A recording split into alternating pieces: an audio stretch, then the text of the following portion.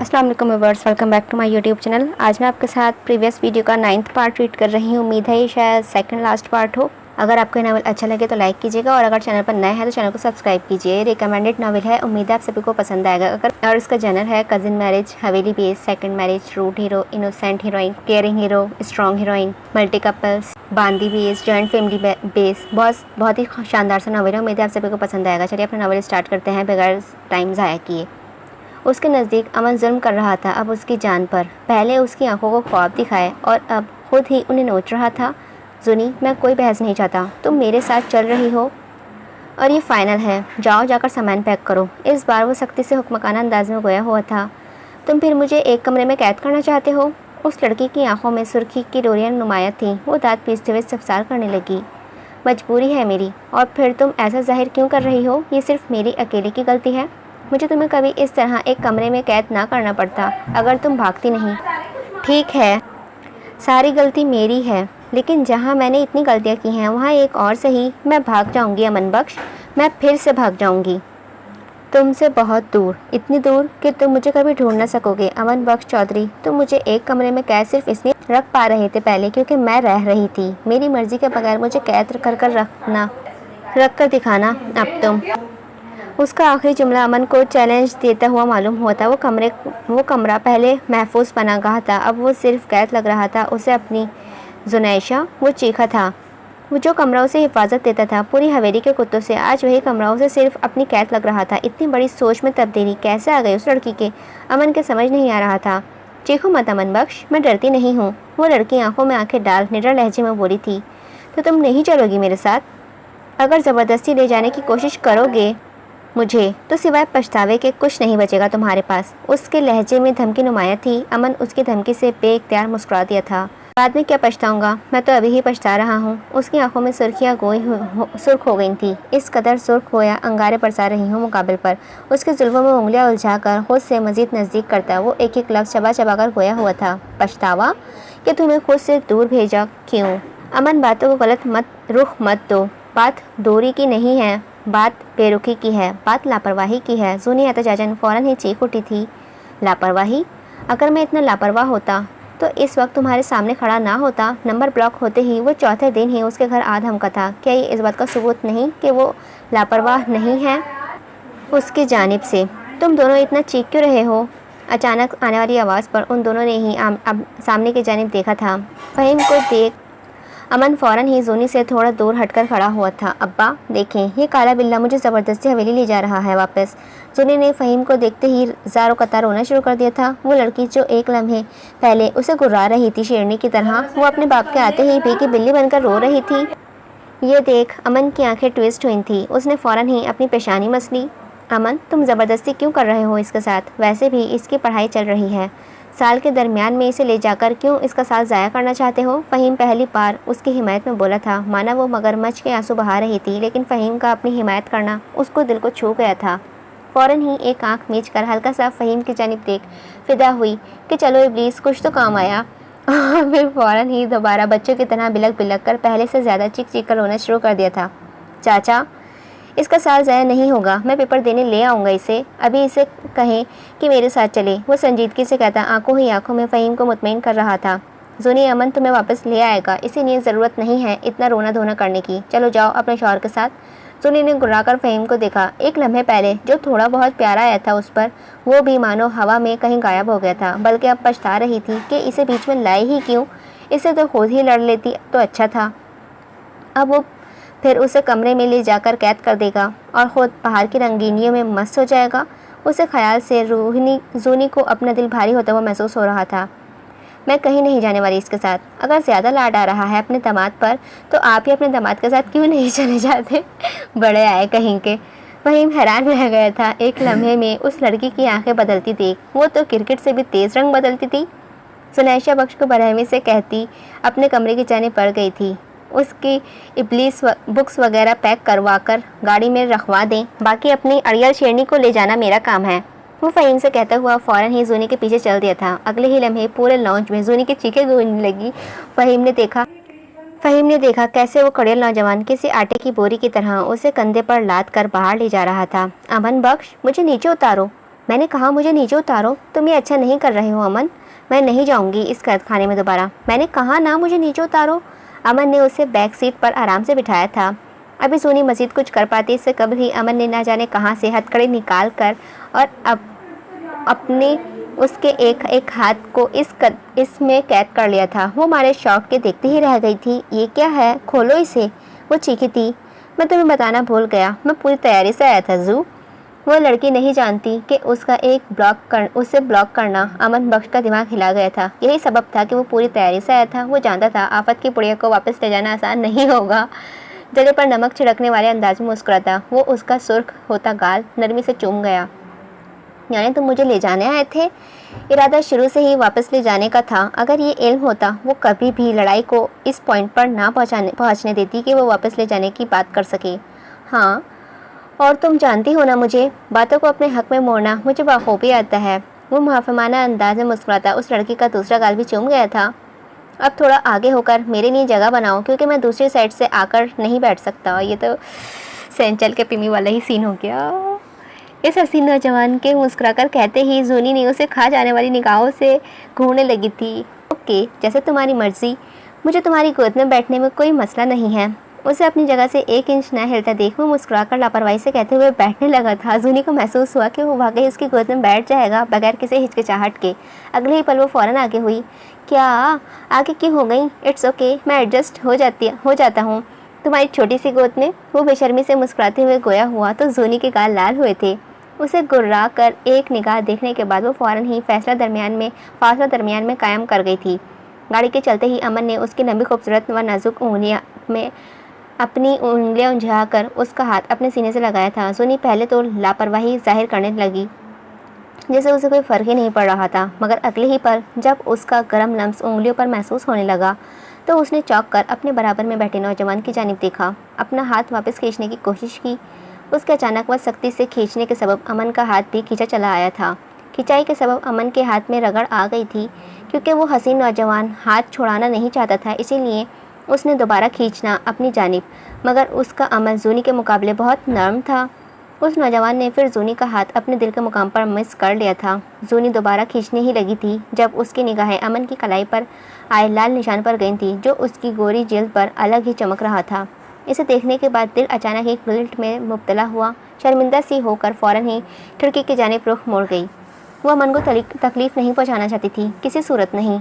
अमन को तकलीफ़ पहुंचाना उसके लिए ऐसा ही था जैसे खुद को तकलीफ़ पहुंचाना। कुछ ही देर गुजरी थी कि उसका सेल रिंग होने लगा, जो अमन के पॉकेट में था। अमन ने सेल निकाला। आलियान का नाम स्क्रीन पर चमकता देख उसकी आंखें सुर्ख हुई थीं। उसने हैरत से पलटकर जूनी की जानिब देखा। जूनी, जो इसे मैसेज किया करती थी, वो पूरे दिन की बातों पर मबनी होते थे। उसने तो कहीं भी ये जिक्र नहीं किया था कि वो आलियान से मिली है। अभी वो यही सोच रहा था कि अचानक उसके हाथ से सेल झपट लिया गया। हेलो आलियान। जूनी ने उसके सामने ही कॉल रिसीव करके सेल कान से लगा लिया था। हेलो। वो जूनी, वो मुझे तुमसे एक फ़ेवर चाहिए था। उसकी आवाज़ में लचक और हिचकिचाहट नुमाया थी। हाँ बोलो। अमन की आंखें ट्विस्ट हुई। इतनी इज्जत। उसकी आवाज़ की नरमी भी जैसे अमन का दिल जला रही थी। क्या तुम मेरे एक बार मरियम से बात करा सकती हो प्लीज़, सिर्फ एक बार? आलियान ने खासा मुनती अंदाज में इल्तिजा की थी। उसने जूनी की बहुत मदद की थी मुश्किल वक्तों में, इसीलिए जूनी को ठीक ना लगा डायरेक्ट मना करना। चलिए, मैं मरियम से बात करके देखती हूँ, मगर मैं कोई वादा नहीं कर रही इस वक्त। ओके, शुक्रिया। और तुम ठीक हो? मूड ठीक हुआ तुम्हारा? वो बहुत शुक्रगुजार था उसका। मुकाबिल के दोस्ताना अंदाज में सवाल करते ही जूनी ने मुँह बसोर कर अपने बराबर में बैठे नौजवान की जानिब देखा, जो उसे ही आंखों में शोले उभरते हुए देख रहा था। नहीं, बल्कि और ख़राब हो गया है। इस लम्हे जो काले बिल्ले की आंखों में जेलसी है, मुझे नहीं लगता उसे देखने के बाद मुझे आपसे मज़ीद बात करनी चाहिए, इसीलिए मैं फ़ोन रखती हूँ। अल्लाह हाफ़िज़। माना अमन ने एक लफ्ज़ नहीं कहा था, लेकिन वो पढ़ सकती थी उसकी आंखों को। वो नहीं चाहती थी कि उसका शौहर किसी गलतफहमी में मुब्तला हो। इस हवाले से उसके जुमले सुनते ही अमन के चेहरे पर एक गहरी मुस्कुराहट बिखरी। आलियान को अल्लाह हाफ़िज़ कहने का मौका दिए बगैर वो कॉल डिस्कनेक्ट कर गई थी। दूसरी जानिब आलियान भी उसका जुमले सुन मुस्कुरा दिया, मगर वो मुस्कुराहट उसकी आंखों तक नहीं पहुंची। सफ़र खामोशी से जारी था। इसका नरम हाथ अभी भी अमन के हाथों में ही था, जिसे वो कभी अपने दिल के मुकाम पर मिस करता, तो कभी अपने होठों से रगड़ता, तो कभी अपनी नाक की करीब ले जाकर सूंघने लगता। उसकी महक को कितना मिस किया था उसने, ये फ़कत वो और उसका दिल ही जानता है। वो फजर की उठी हुई थी। उसी ने नींद के झोंके लेने लगी। उसने अपना सर पीछे सीट से टिकाकर खुद को नींद के आगोश में दे दिया। बस इस लड़की के सोने की देर थी। अमन फ़ौरन ही उसके करीब आ गया। उसे चुलबुली गुड़िया के सर को आहिस्ते से अपने सीने से टिकाया। उसकी गर्म सांसों को अपने सीने पर महसूस कर जैसे दिल को सुकून मैसर आया हो। सूरज अपनी आखिरी किरणें समेट रहा था, जिसका मंजर निहायत ही खूबसूरत था। अमन अपनी थोड़ी उस लड़की के सर पर टिकाकर खिड़की से बाहर हसीन मंजर देखने लगा था। उसने आज अपना सेल एरोप्लेन मोड पर लगा रखा था ताकि उन खूबसूरत लम्हात में कोई डिस्टर्ब ना करे। आँख खुली तो खुद को उसके सीने से लगा पाया था। उसकी बॉडी की हीट में वो खासा पुरसुकून महसूस कर रही थी। उसकी परफ्यूम की महक ने जूनी को अपने हिसार में जकड़ा। इस लड़की ने फ़ौरन ही आंखें दोबारा मूंद लीं। कोई एहतजाज नहीं किया और ना वो करना चाहती थी, बल्कि उल्टा वो उस हसीन लड़के के करीब होकर अपने उल्टे हाथ से उसके पेट के गिर्द हिसार बांध गई। मुकाबिल को नहीं इल्म कि वो उठ चुकी है और ना ही उस लड़की ने उसे महसूस होने दिया था। आंखें मूंदे मूंदे उसे दोबारा कब नींद आ गई उसे इल्म ही नहीं। जू उठो, हम हवेली पहुंच गए हैं। उसने आहिस्ते से उसके बालों को अपनी उंगलियों के कान के पीछे करते हुए सरगोशी की थी। वो उसे सोता हुआ ही बाहों में भरकर हवेली के अंदर ले जाता अगर हाथ में हथकड़ी ना बंधी होती। ये कहो मेरे कैद खाने पहुँच गए हैं, वो नरूठेपन से कहती फ़ौरन ही सीधी हुई थी। जूनी उसके सीने से हटी तो उसके सांसों की गर्मी भी अमन को खुद से दूर होती हुई महसूस हुई। कुछ कहा नहीं, बस शिकवे से उसकी जानिब देख गाड़ी का डोर खोलकर उतरने लगा था। ये तो खोल दो, क्या उसके साथ बांधकर मुझे अंदर ले जाओगे? जूनी ने खासा झुंझलाकर हथकड़ी की जानिब इशारा करते हुए तंज़िया इस्तफ़सार किया था। तुम सिर्फ यही क्यों देख रही हो कि तुम बंधी हुई हो? ये क्यों नहीं देखती कि मैं भी तुम्हारे साथ बंधा हुआ हूँ? जूनी अपनी सीट पर बैठी हुई थी, जबकि अमन नीचे उतरकर खड़ा हो चुका था। उसके हसीन चेहरे के करीब आकर इन बलेरी आंखों में झाँक कर शिकवतन इस्तफ़सार किया। तुम अपनी मर्ज़ी से बंधे हो, मैंने नहीं बांधा है तुम्हें। वो आंखें छोटी कर खा जाने वाली निगाहों से मुकाबिल को घूरती भी नियाज़ी से बोली थी, वाकई तुमने नहीं बांधा? उसकी नाक से अपनी नाक मिस कर उसकी मीठी महक को सूंघते भराई हुई आवाज़ में इस्तफ़सार किया था। वो पूछ नहीं रहा था, वो तो जता रहा था कि यकीनन वो तुम ही हो जिसने मुझे बांधा है, ना सिर्फ हाथों से बल्कि दिल और रूह से भी। उसकी नज़दीकी, उसकी मर्दाना परफ्यूम की महक, उसके सांसों की गर्मी, उसका नाक से नाक मिस करना, उसकी भर्राई आवाज़ पूरे जिस्म में एक नए एहसास व चाह की पैदा कर गई थी। उसने बेपनाह मोहब्बत का एहसास, चाह उसकी कुर्बत की। चलो जू, वो भर्राई हुई आवाज़ में कहता, अपने बिखरते जज्बात पर काबू पाकर एक कदम दूर हटकर गोया हुआ। इन दोनों को हवेली में दाखिल होते ही जूनी ने डायरेक्ट कमरे का रुख किया था। जूनी, अचानक आने वाली खलकदार आवाज़ पर उसके कदम रुके थे। मरियम जो तख्त पर अपनी सास और ददिया सास के साथ बैठी हुई थी, फ़ौरन ही उतर कर उसकी जानिब आई। आराम से मरियम, यूँ दौराने हमल बच्चों की तरह उछलना कूदना ठीक नहीं है तुम्हारा। शाहीन बेगम फ़ौरन ही टोकने लगी थी। वो ख़ानदान को परपोता देने वाली थी। यही सबब था कि उसका ख्याल शहज़ादियों की तरह रखा जा रहा था और सबसे ज़्यादा ख्याल रखने वाली भी शाहीन बेगम ही थी। उनका तो बस नहीं चलता कि वो मरियम के पाँव ज़मीन पर ही ना पड़ने दें। मुआज़रत अम्मा, वो हल्के से मुआज़रत करती फ़ौरन ही जूनी की जानिब तेज़ी से कदम बढ़ा के चलती थी। जूनी, मरियम, वो दोनों ही बड़ी मोहब्बत व गर्मजोशी से गले मिली थी। मरियम और जूनी की तकरीबन रोज़ाना ही बात हुआ करती थी सेल पर। आज क्या बात है, ये बाहर कैसे नज़र आ रही है कमरे से? शमीम बेगम जूनी की जानिब देख हैरत से बोली थी, कहीं से आ रहे हो तुम दोनों? क्या तबीयत ख़राब है इसकी? शाहीन बेगम तफ्तीशी अंदाज में पूछने लगी थी, क्योंकि उन्हें याद नहीं पड़ता कि उन्होंने जूनी को कमरे से निकलते हुए देखा है सुबह से। जूनी कमरे से बाहर नहीं निकलती थी इन लोगों के नज़दीक, तो अगर आज वो कमरे से बाहर निकली हुई थी और वो कहीं बाहर से आ रही थी अमन के साथ, तो शाहीन बेगम ने अंदाज़ा लगाया कि शायद डॉक्टर के यहाँ ही से ही आ रही हो। अमन ने जूनी के दुपट्टे से अपना और जूनी का हाथ कवर कर रखा था, हथकड़ी वाला, ताकि किसी को नज़र ना आए, लेकिन उसके बावजूद शाहीन बेगम की तेज़ निगाहों ने उन दोनों की उंगलियों को उलझा देख लिया था, जिससे उन्होंने अंदाज़ा लगाया कि अमन पर से अभी तक जूनी का बुखार उतरा नहीं है। फिर वो थोड़ी उलझी। 8-9 महीने बहुत होते हैं किसी लड़की से दिल भर जाने के लिए। फिर अमन का बुखार चुका तो कैसे? अमन ने जवाब देने की जहमत ना की। वो जूनी का इन सब से बात करने का कोई दिल नहीं था, इसीलिए खामोशी ही उन्हीं जवाब में मौसूल हुई थी। मरियम, तो ऐसे क्यों जूनी से गले मिल रही है जैसे वो सालों से बिछड़ी हुई है? शाहीन बेगम अब भी तफ्तीश करना बंद नहीं कर रही थी। उसकी सुबह से तबीयत ख़राब थी ना, इसीलिए। मरियम को कुछ सोच नहीं रहा था कि क्या जवाब दे। 2-3 लम्हों की खामोशी के बाद वो ऐसे से गोया हुई थी। क्या हुआ है इसे? देखने से तो बिल्कुल ठीक ठाक लग रही है। शमी बेगम जूनी का सरता पाँव जायज़ा लेते हुए तेज़ी से बोली थी, उल्टियाँ। कुछ समझ नहीं आया तो वही कह दिया जो खुद को तकलीफ़ दी। हैं, क्या ये भी उम्मीद से है? रानी बेगम जो उसी वक्त वहाँ पर चाय के कप लेकर पहुँची थी, जूनी की जानिब देखी, कारा से इस्तफसार करने लगी थी। पत्थर की मूरत बने क्यों खड़े हो दोनों? ज़बान नहीं है क्या मुँह में? जवाब दो। शाहीन बेगम से अब सब्र नहीं हो रहा था। वो जानना चाहती थी कि वाकई क्या वो उम्मीद से है।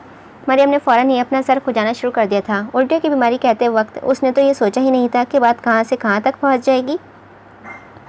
मरियम, मैं तुमसे बाद में बात करती हूँ, ठीक है? जूनी आहिस्ते से मरियम के कान में कहती अपने कमरे की जानिब बढ़ गई थी। उसका दिल ही नहीं था उन लोगों से अपना सर खपाने का। देख रही हो अम्मा, इस लड़की के तो मिजाज ही नहीं मिल रहे हैं। कहीं वाकई उम्मीद से तो नहीं है ये? रानी बेगम कनपटियों की तरह कुटनियों की तरह फ़ौरन ही शाहीन बेगम से उसकी शिकायत लगाने लगी थी। शक तो मुझे भी यही है। चांद चढ़ेगा तो सभी देखेंगे। रुक जा कुछ दिन। वो अपनी आंखें सोचने वाले अंदाज में घुमाती गंभीर लहजे में गोया हुई थी। मरियम वहीं खड़ी उनकी बातें सुन रही थी। वो जानती थी ऐसा कुछ नहीं है, लेकिन फिर भी उसने कुछ न कहा था। अपने कमरे में आते ही वो पूरे लॉन्ज में नज़र घुमाने लगी थी। कमरे की हर चीज़ वैसे ही थी जैसे वो छोड़कर गई थी। अभी वो खड़ी कमरा देख ही रही थी कि पीछे से आकर अमन ने हल्के से झुककर उसके कान पर फूंक मारी। हल्का सा चौंका। उसने फ़ौरन ही पलटकर देखा था। काले बिल्ले, खोलो इसे, उलझन हो रही है मुझे इससे, वो खासा झुंझलाकर बोली थी। तुम सुन भी रही हो मैं क्या बोल रही हूँ? खोलो अमन इसे। वो इतना झुंझला रही थी कि हर चीज़ से, मगर मुकाबिल वो तो हर चीज़ का जवाब सिवाय मुस्कुराहट और फिदा नज़रों के कुछ नहीं दे रहा था, जिसके सबब उसकी झुंझलाहट मज़ीद बढ़ने लगी थी। नहीं, क्या नहीं? इसका एक लफ्ज़ी जवाब किस बात का मुताल्लिक था वो समझ नहीं सकी थी। फ़ौरन ही उलझकर पूछा, सुन नहीं रहा या खोल नहीं रहा? जूनी, जब तुमने मुझसे कहा कि तुम भाग जाओगे मुझसे दूर, तो तुम्हें पता होना चाहिए था कि जवाब में तुम्हें रोकने के लिए मैं कुछ न कुछ तो करूँगा ही। खासा नरमी से जवाब दिया था, जैसे हाथ में हथकड़ी बांध कर रखना हो। बहुत नॉर्मल सी बात है। क्या? तो क्या तुम मुझे खुद से बांध कर रखने वाले हो हथकड़ी से? हाँ, सीरियसली? वो खासा हैरत व बेयकीनी से पूछ रही थी। वो लड़की ही नहीं जानती थी कि अगर उसे अपने साथ रखने के लिए हथकड़ी से बांधने रखना पड़े हमेशा, तो भी अमन बख्श तैयार था। तुम्हें भागने की धमकी नहीं देनी चाहिए थी मुझे। वो गंभीर लहजे में गोया हुआ, जैसे जता रहा हो कि तुमने खुद ही ज़ख्मी शेर को छेड़ा है। वो पहले ही उसकी जुदाई सह रहा था।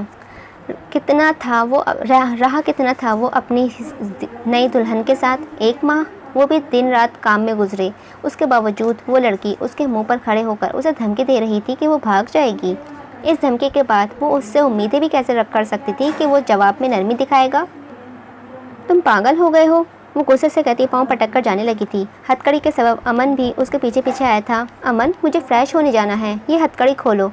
अमन का उसके पीछे आना उसे जहर लग रहा था। वो झुंझलाकर एक गहरा सांस भर उस हसीन लड़के की जानिब वापस पलटी। आहिस्ते से गोया हुई थी। मैं शौहर हूँ तुम्हारा, साथ चल लेता हूँ। लापरवाही से गोया हुआ था। छी अमन, वो एहतजन ज़ोर से चीखी थी। क्या?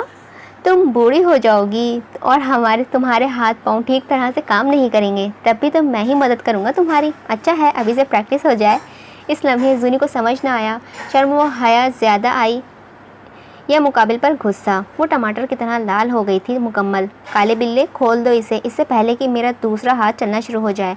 इसका पारा अब आसमानों की से बातें कर रहा था। उसने खासा गुर्रा कर धमकी दी, चला लो और बन जाओ उन दोज़ की औरतों में से जो अपने शौहरों को मारती हैं। उस खूबसूरत कड़ियल नौजवान की दुनिया जहान की मासूमियत मजलूमियत अपने चेहरे पर सजाए कहते ही जूनी दिल में कड़कड़ाई थी। चलो जी, काले बिन्ने ने अपने शौहर होने का ट्रम्प कार्ड इस्तेमाल करना शुरू कर दिया है। बस इसी की कमी रह गई थी मेरी ज़िंदगी में। अमन प्लीज़ खोल दो, मुझे वॉशरूम जाना है। इस बार झुंझलाहट से कहीं ज़्यादा उसकी लहजे में अजलत थी। पहले वादा करो, मुझे छोड़कर भागने का सोचोगी भी नहीं। अमन, वाकई? मतलब मुझे वॉशरूम जाना है और तुम मुझसे यूं खड़े होकर वादे ले रहे हो? इस लम्हे अमन बख्श पे इतना गुस्सा आ रहा था कि इंतहा नहीं थी। अगर वो उसका शौहर ना होता तो यकीनन अब तक एक दो तो टिका ही चुकी होती। उसके दांत पीसते हुए एक एक लफ्ज़ चबा चबा कर बामुश्किल पूछा, नहीं, मैं सिर्फ वादा नहीं ले रहा, तुम चाहो तो मैं साथ चलने के लिए भी तैयार हूँ। वो नरमी से कहता उसकी बीपी मज़ीद ही हाई कर गया था। जूनी को लगा उसका दिमाग उड़ जाएगा। इससे ज़्यादा वो अपने सामने खड़े ढीठ व बेशरम अमन बख्श को बर्दाश्त नहीं कर सकती थी। अमन, मुझे वॉशरूम जाना है, हलक के बल चीखी थी। तो चलो, किसने रोका है? वो नासमझी व मासूमियत के इंतहा को छूते कंधे उचकाते हुए बोला था। काले बिल्ले, मैं बता रही हूँ, मैं तुम्हारा खून कर दूंगी अब, अगर तुमने ये नहीं खोला तो। वो सुर्ख होती हुई आंखों के साथ दहाड़ी थी, मगर मुकाबिल पर कोई असर न था। मुझ मासूम का खून करने के लिए तैयार हो, वादा करने के लिए नहीं। अजीब। वो हसीन नौजवान तंजिया कहकर मुस्कुराया था। इससे ज़्यादा वो ये टॉर्चर बर्दाश्त नहीं कर सकती थी। ये इंतहा थी उस बेचारी की। उसके गाल सुर्ख पड़ गए थे, दोनों पाँव को एक दूसरे में मजबूती से भींच रही थी प्रेशर रोकने के लिए। एक गहरा सांस भर, ओके, मैं वादा करती हूँ कि मैं सोचूंगी भी नहीं भागने का। उसके वादा करते ही अमन ने मुस्कुराहट मज़ीद गहरी हुई थी। वैसे मैं फिर भी चल सकता हूँ तुम्हारे साथ, मैं तुम्हारा शौहर हूँ यार, मुझसे कैसी शर्म। अब हर रोज़ तो मौका नहीं मिलता ना जुनैशा बख्श चौधरी को काबू में करने का, इसीलिए जब वो काबू आई थी तो खूब मज़े ले रहा था वो उसके चुलबुले अंदाज में कहते ही जूनी ने खा जाने वाली निगाहों से उसे घूरा था। अमन बख्श, मैं तुम्हें छोड़ूंगी नहीं। वो दांत पीसते हुए अभी धमकी दे ही रही थी कि मुकाबिल उसके कान के पास मुँह लाकर उसके कान की लौ से अपने होठ मिस करता भराई हुई आवाज़ में गोया हुआ, मैं भी यही चाहता हूँ, तुम छोड़ो ना मुझे। उसकी सांसों की गर्मी जूनी को अपनी गर्दन पर झुलसती हुई महसूस हुई थी। जूनी उसकी कुर्बत में खुद को पिघलता हुआ महसूस कर रही थी। उसकी हालत पर तरस खाते ही अमन ने हथकड़ी खोली। वो एक लम्हे की देर किए बगैर फ़ौरन ही वॉशरूम की जानिब भागी थी, जबकि अमन मुस्कुरा रहा था। साथ चलूँ? उसने मज़ाहिका अंदाज में पीछे से छेड़ने की नीयत से आवाज़ लगाई थी। मर जाओ गड्ढा खा के, मर जाओ गुड़ खा के। वॉशरूम के दरवाजे पर पहुँचकर बगैर पीछे मुड़ने की जहमत किए दांत पीसते हुए बोली थी, वैसे तो मैं मीटिंग में जाने का सोच रहा था, लेकिन अब जब तुम मुझे गुड़ खिलाने के लिए तैयार बैठी हो तो मैं कहीं नहीं जा रहा जाने मन। वो शौकी व दो महीने अंदाज में कहता बेड पर लेटने वाले अंदाज में भी जान होकर गिरा। माना वो उसका चेहरा नहीं देख पा रहा था, मगर इमेजिन कर सकता था जूनी के गाल किस कदर लाल हो गए होंगे। उसका जुमला सुन, ये लो, ये खाओ। उसने कभी नहीं सोचा था वो शामिर बख्श चौधरी का इतना केयरिंग रूप भी देखेगी अपनी ज़िंदगी में। वो उसे सेब काट काट कर दे रहा था और वो सुकून से लेटकर खा रही थी। वाह भाई, शामिर भी अच्छा हो गया। उस पर भी छिलका चढ़ा हुआ था। उतार तो इसे, मुझे अच्छा नहीं लगता, मरियम ने मुंह बसोर कर कहा था। वो तो सेब खाना ही नहीं चाहती थी, आजकल कुछ भी खाने का दिल ही नहीं करता था उसका। ये तो शामिर था जो हर वक्त उसके पीछे पड़ा रहता था और उससे हर थोड़ी देर बाद कुछ न कुछ खिलाता। चुपचाप खाओ मिस चश्मिश, इसमें सारे विटामिन होते हैं। वो दुबदू सख्ती से हुक्म दिया था। तुम यूं नहीं जाना कब स्टार्ट करोगे? वो हैंडसम नौजवान नहीं जानता उसकी इतनी केयर करना भी मरियम को गिल्ड में मुब्तला करता था। जब तक मेरा बेबी नहीं हो जाता मैं कहीं नहीं जा रहा। उसके अलानिया कहते ही मरियम को सेब अपने हलक में अटकता हुआ महसूस हुआ। तुम चले जाओ, मैं अपना ख्याल खुद रख सकती हूँ। वो नहीं चाहती थी शामिर बहुत ज़्यादा तवक्कुआत और उम्मीदें बांध ले उस बच्चे से और आखिर में उसका दिल टूटे, नतीजतन उसकी बेटी से फिर वो इतनी ही नफ़रत करने लगे। तुम तो रहने ही दो, अगर मैं तुम पर छोड़ दूँ ना तो तुम खुद भी भूखी मरोगी और मेरे बच्चे को भी भूखा ही मार दोगी। वो बेरहमी से गोया हुआ था, लेकिन उसकी ये बेरहमी भी मरियम के दिल में नरमी पैदा करती हुई मालूम हुई थी। फ़िलहाल बातें कम करो और खाओ ज़्यादा। वो उसे एक नया सेब का टुकड़ा पकड़ाते हुए गोया हुआ था, जिस पर वो फिर मुँह बसोरी थी। तुमने नाम सोचा कोई? जूनी के सवाल करते ही मरियम नफ़ी में सर हिला गई थी। जूनी की वापसी के बाद अब मरियम ज़्यादातर उसी के कमरे में रहा करती थी। तुमने अभी तक नहीं सोचा? क्या हो गया है मरियम? मैं तुम्हारी जगह होती तो एक लंबी सी लिस्ट बना ली होती मैंने अब तक। जूनी की आंखें जगमगाई थी ये जुमला अदा करते वक्त। असल में जैसे जैसे वक्त करीब आ रहा था वैसे वैसे मुझे डर लगने लगा है। वो परेशान लहजे में गोया हुई थी और जूनी उसकी परेशानी को बाखूबी समझ सकती थी। उसने फ़ौरन ही अपनी बहन का हाथ थाम लिया था। मरियम, डरने की ज़रूरत नहीं है, वो मेरी भांजी है, जुनैशा बख्श की भांजी। उसे कोई कुछ कहे तो ज़रा मैं मुँह न नोच लूँ उसका। मरियम, मेरी बार पर कोई नहीं था इस हवेली में, मगर उसकी बार पर उसकी खाला पहले से तैयार खड़ी है। जूनी की बातें सुन उसका दिल थोड़ा सुकून में आया था। मरियम, मेरी मुलाकात शहर में आलियान से हुई थी, वो तुमसे बात करना चाहता है एक बार। मुझसे क्यों? मरियम उलझ कर, शायद ज़िंदगी में आगे बढ़ने के लिए उसे तुम्हारी मुआफ़ी की ज़रूरत है और मुझे लगता है तुम्हें कर भी देना चाहिए। जूनी ने उसका हाथ पकड़कर नरमी से मुस्कुराते हुए अपना मशवरा दिया था। जूनी, मेरे लिए आसान नहीं है उसे माफ़ करना।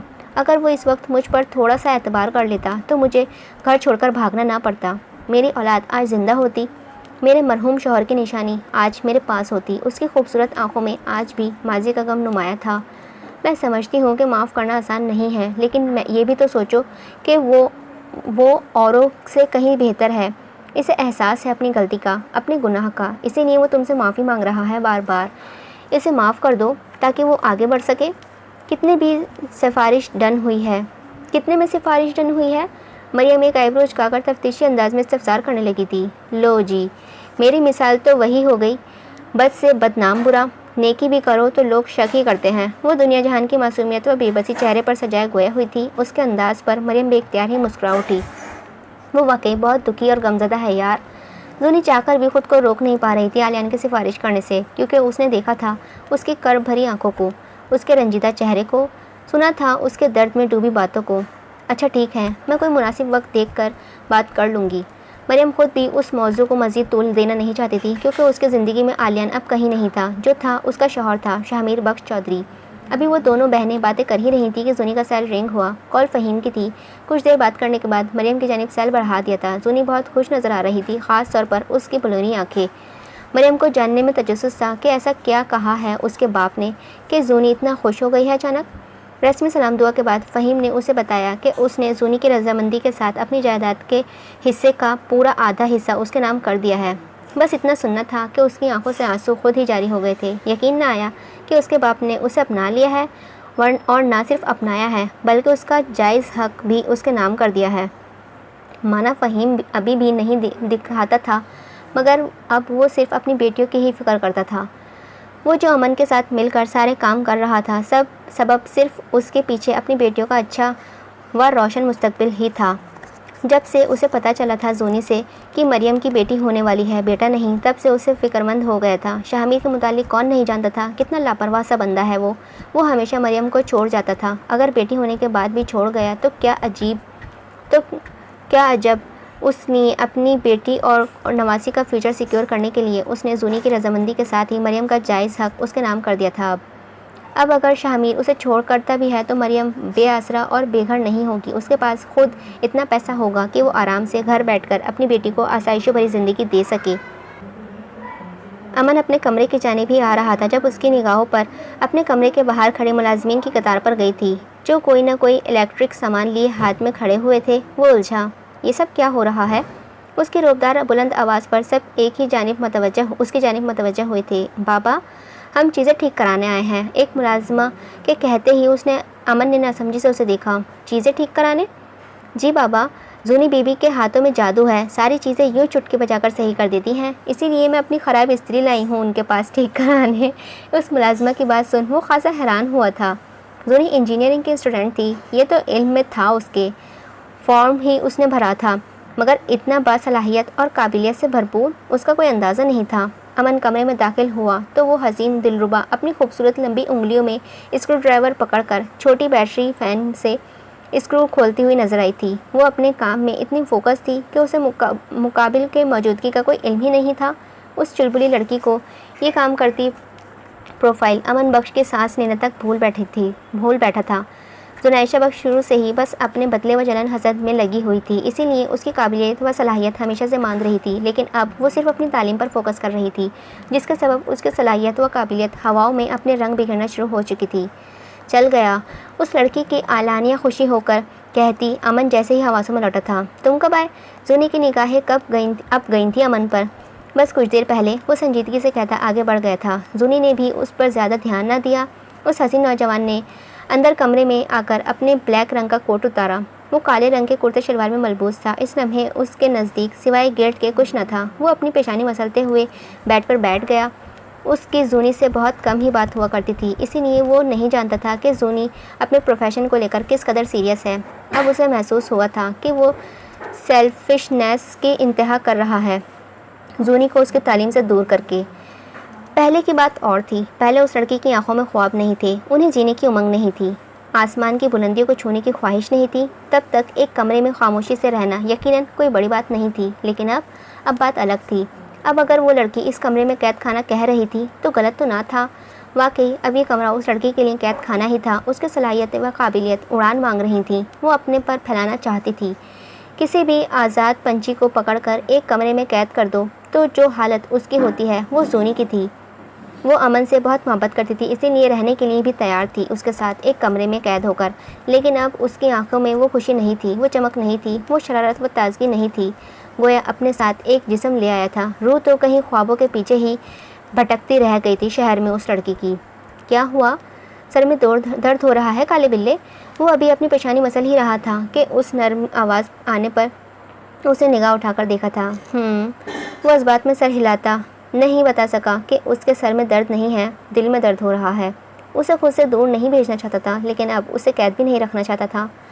आओ मेरी गोद में सर रखो, मैं तुम्हारे सर दबा देती हूँ। वो बेड पर आलती पालती मारकर बैठती हुई उसे अपनी गोद में लेटने की दावत देने लगी थी। मुकाबिल भी खामोशी से अपने सर उसकी गोद में रख गया था। कुछ हुआ है क्या अमन? जूनी अपनी नाजुक उंगलियों से उसकी पेशानी दबाते हुए नरमी से इस्तफसार करने लगी थी। नहीं, संजीदगी से इनकार किया। वो आंखें मूंद गया था। अमन बख्श, तुम इतने खूबसूरत क्यों हो? लड़कों को इतना खूबसूरत नहीं होना चाहिए। उस लड़के के सफ़ेद बर्फ सा चेहरा, लंबी घनी पलकें, सुर्ख होठ, खड़ी मगरूर सी नाक। वो अपने शौहर के एक एक नकुश को बगौर देख फिदा हो रही थी। अचानक ही जैसे टूटकर प्यार आया था उस पर। उसके खूबसूरत चेहरे पर झुककर नाक से अपनी नाक मिस करते ही बड़ी मोहब्बत से गोया हुई। अमन ने अभी भी जवाब में कुछ नहीं कहा था। वो बस उसकी बातें सुन रहा था। तुम्हें बहुत गुस्सा आया होगा ना जब मैं तुम्हें यहाँ ज़बरदस्ती अपने साथ लाया? उसके हाथ को पेशानी से हटाकर दिल के मुकाम पर लगाते आंखें खोलकर उसके जानिब देख नरमी से इस्तफसार किया था। जूनी ने उसके सवाल पर एक ताज्जुब से निगाह से देखा था। 2 महीने बाद जाके उसे याद आ रही थी ये बात। नहीं, सच बताऊं तो मैं ज़रा भी गुस्सा नहीं हुई थी तुम पर, बल्कि मुझे तो खुशी हुई थी कि तुमने मेरा ब्लॉक करने पर इतना ज़बरदस्त रद्द-ए-अमल ज़ाहिर किया। अगर तुम वो रद्द-ए-अमल ज़ाहिर ना करते तो मुझे गुस्सा आता। वो मुस्कुराकर बोली तो मुकाबिल फ़ौरन ही उठकर बैठा था। तुम झूठ बोल रही हो ना? उसे यकीन नहीं आया था जूनी की बात पर। और मुझे कब से तुमसे झूठ बोलने की ज़रूरत पड़ गई है? वो अनजान लहजे में इस्तफसार करने लगी थी। अमन बख्श, यकीन जानो, जब से मैंने तुमसे कहती हूँ ना कि मुझे तुमसे मोहब्बत है तो मुझे है। उसके बड़े सख्त हाथ को पकड़कर अपने दोनों नर्म हाथों के दरमियान कैद करते वो एतबार दिलाने लगी थी। दुनिया की सारी नेमतें एक तरफ और अमन बख्श जूनी के लिए एक तरफ। इन बलेरी आंखों में मोहब्बत झलक रही थी। ये जुमला अदा करते वक्त तो मुझे अपनी ज़िंदगी में नेमत समझती हो? गंभीर लहजे में पूछा, जैसे यकीन ना आया हो। वो नेमत कैसे हो गया जिसने पर छीने उसके जवाबों की उड़ान को मुकीद कर दिया, उसके ख्वाबों की उड़ान को मुकीद कर दिया। अजीम नेमत, इस सरापाए हुस्न ने बड़ा जताते हुए तस्दीक की थी। वो क्यों कर अपने शौहर को नेमत ना समझती? अगर वो ना होता तो क्या वो इतनी महफूज होती? उसे सिर्फ अमन के खुद को इग्नोर करने पर गुस्सा था, जिसके सबब वो उसके साथ नहीं आना चाहती थी। मगर यहाँ आने के बाद उसने अमन को काम करते देखा, इतना काम कि वो बेचारा ना ठीक से खाता था, ना पीता था और ना ही सोता था। तब उसे एहसास हुआ कि अमन ठीक कह रहा था। दूर रहने के सबब उनके दरमियान जो हसासियत का रिश्ता था वो ख़त्म हो गया था बिल्कुल।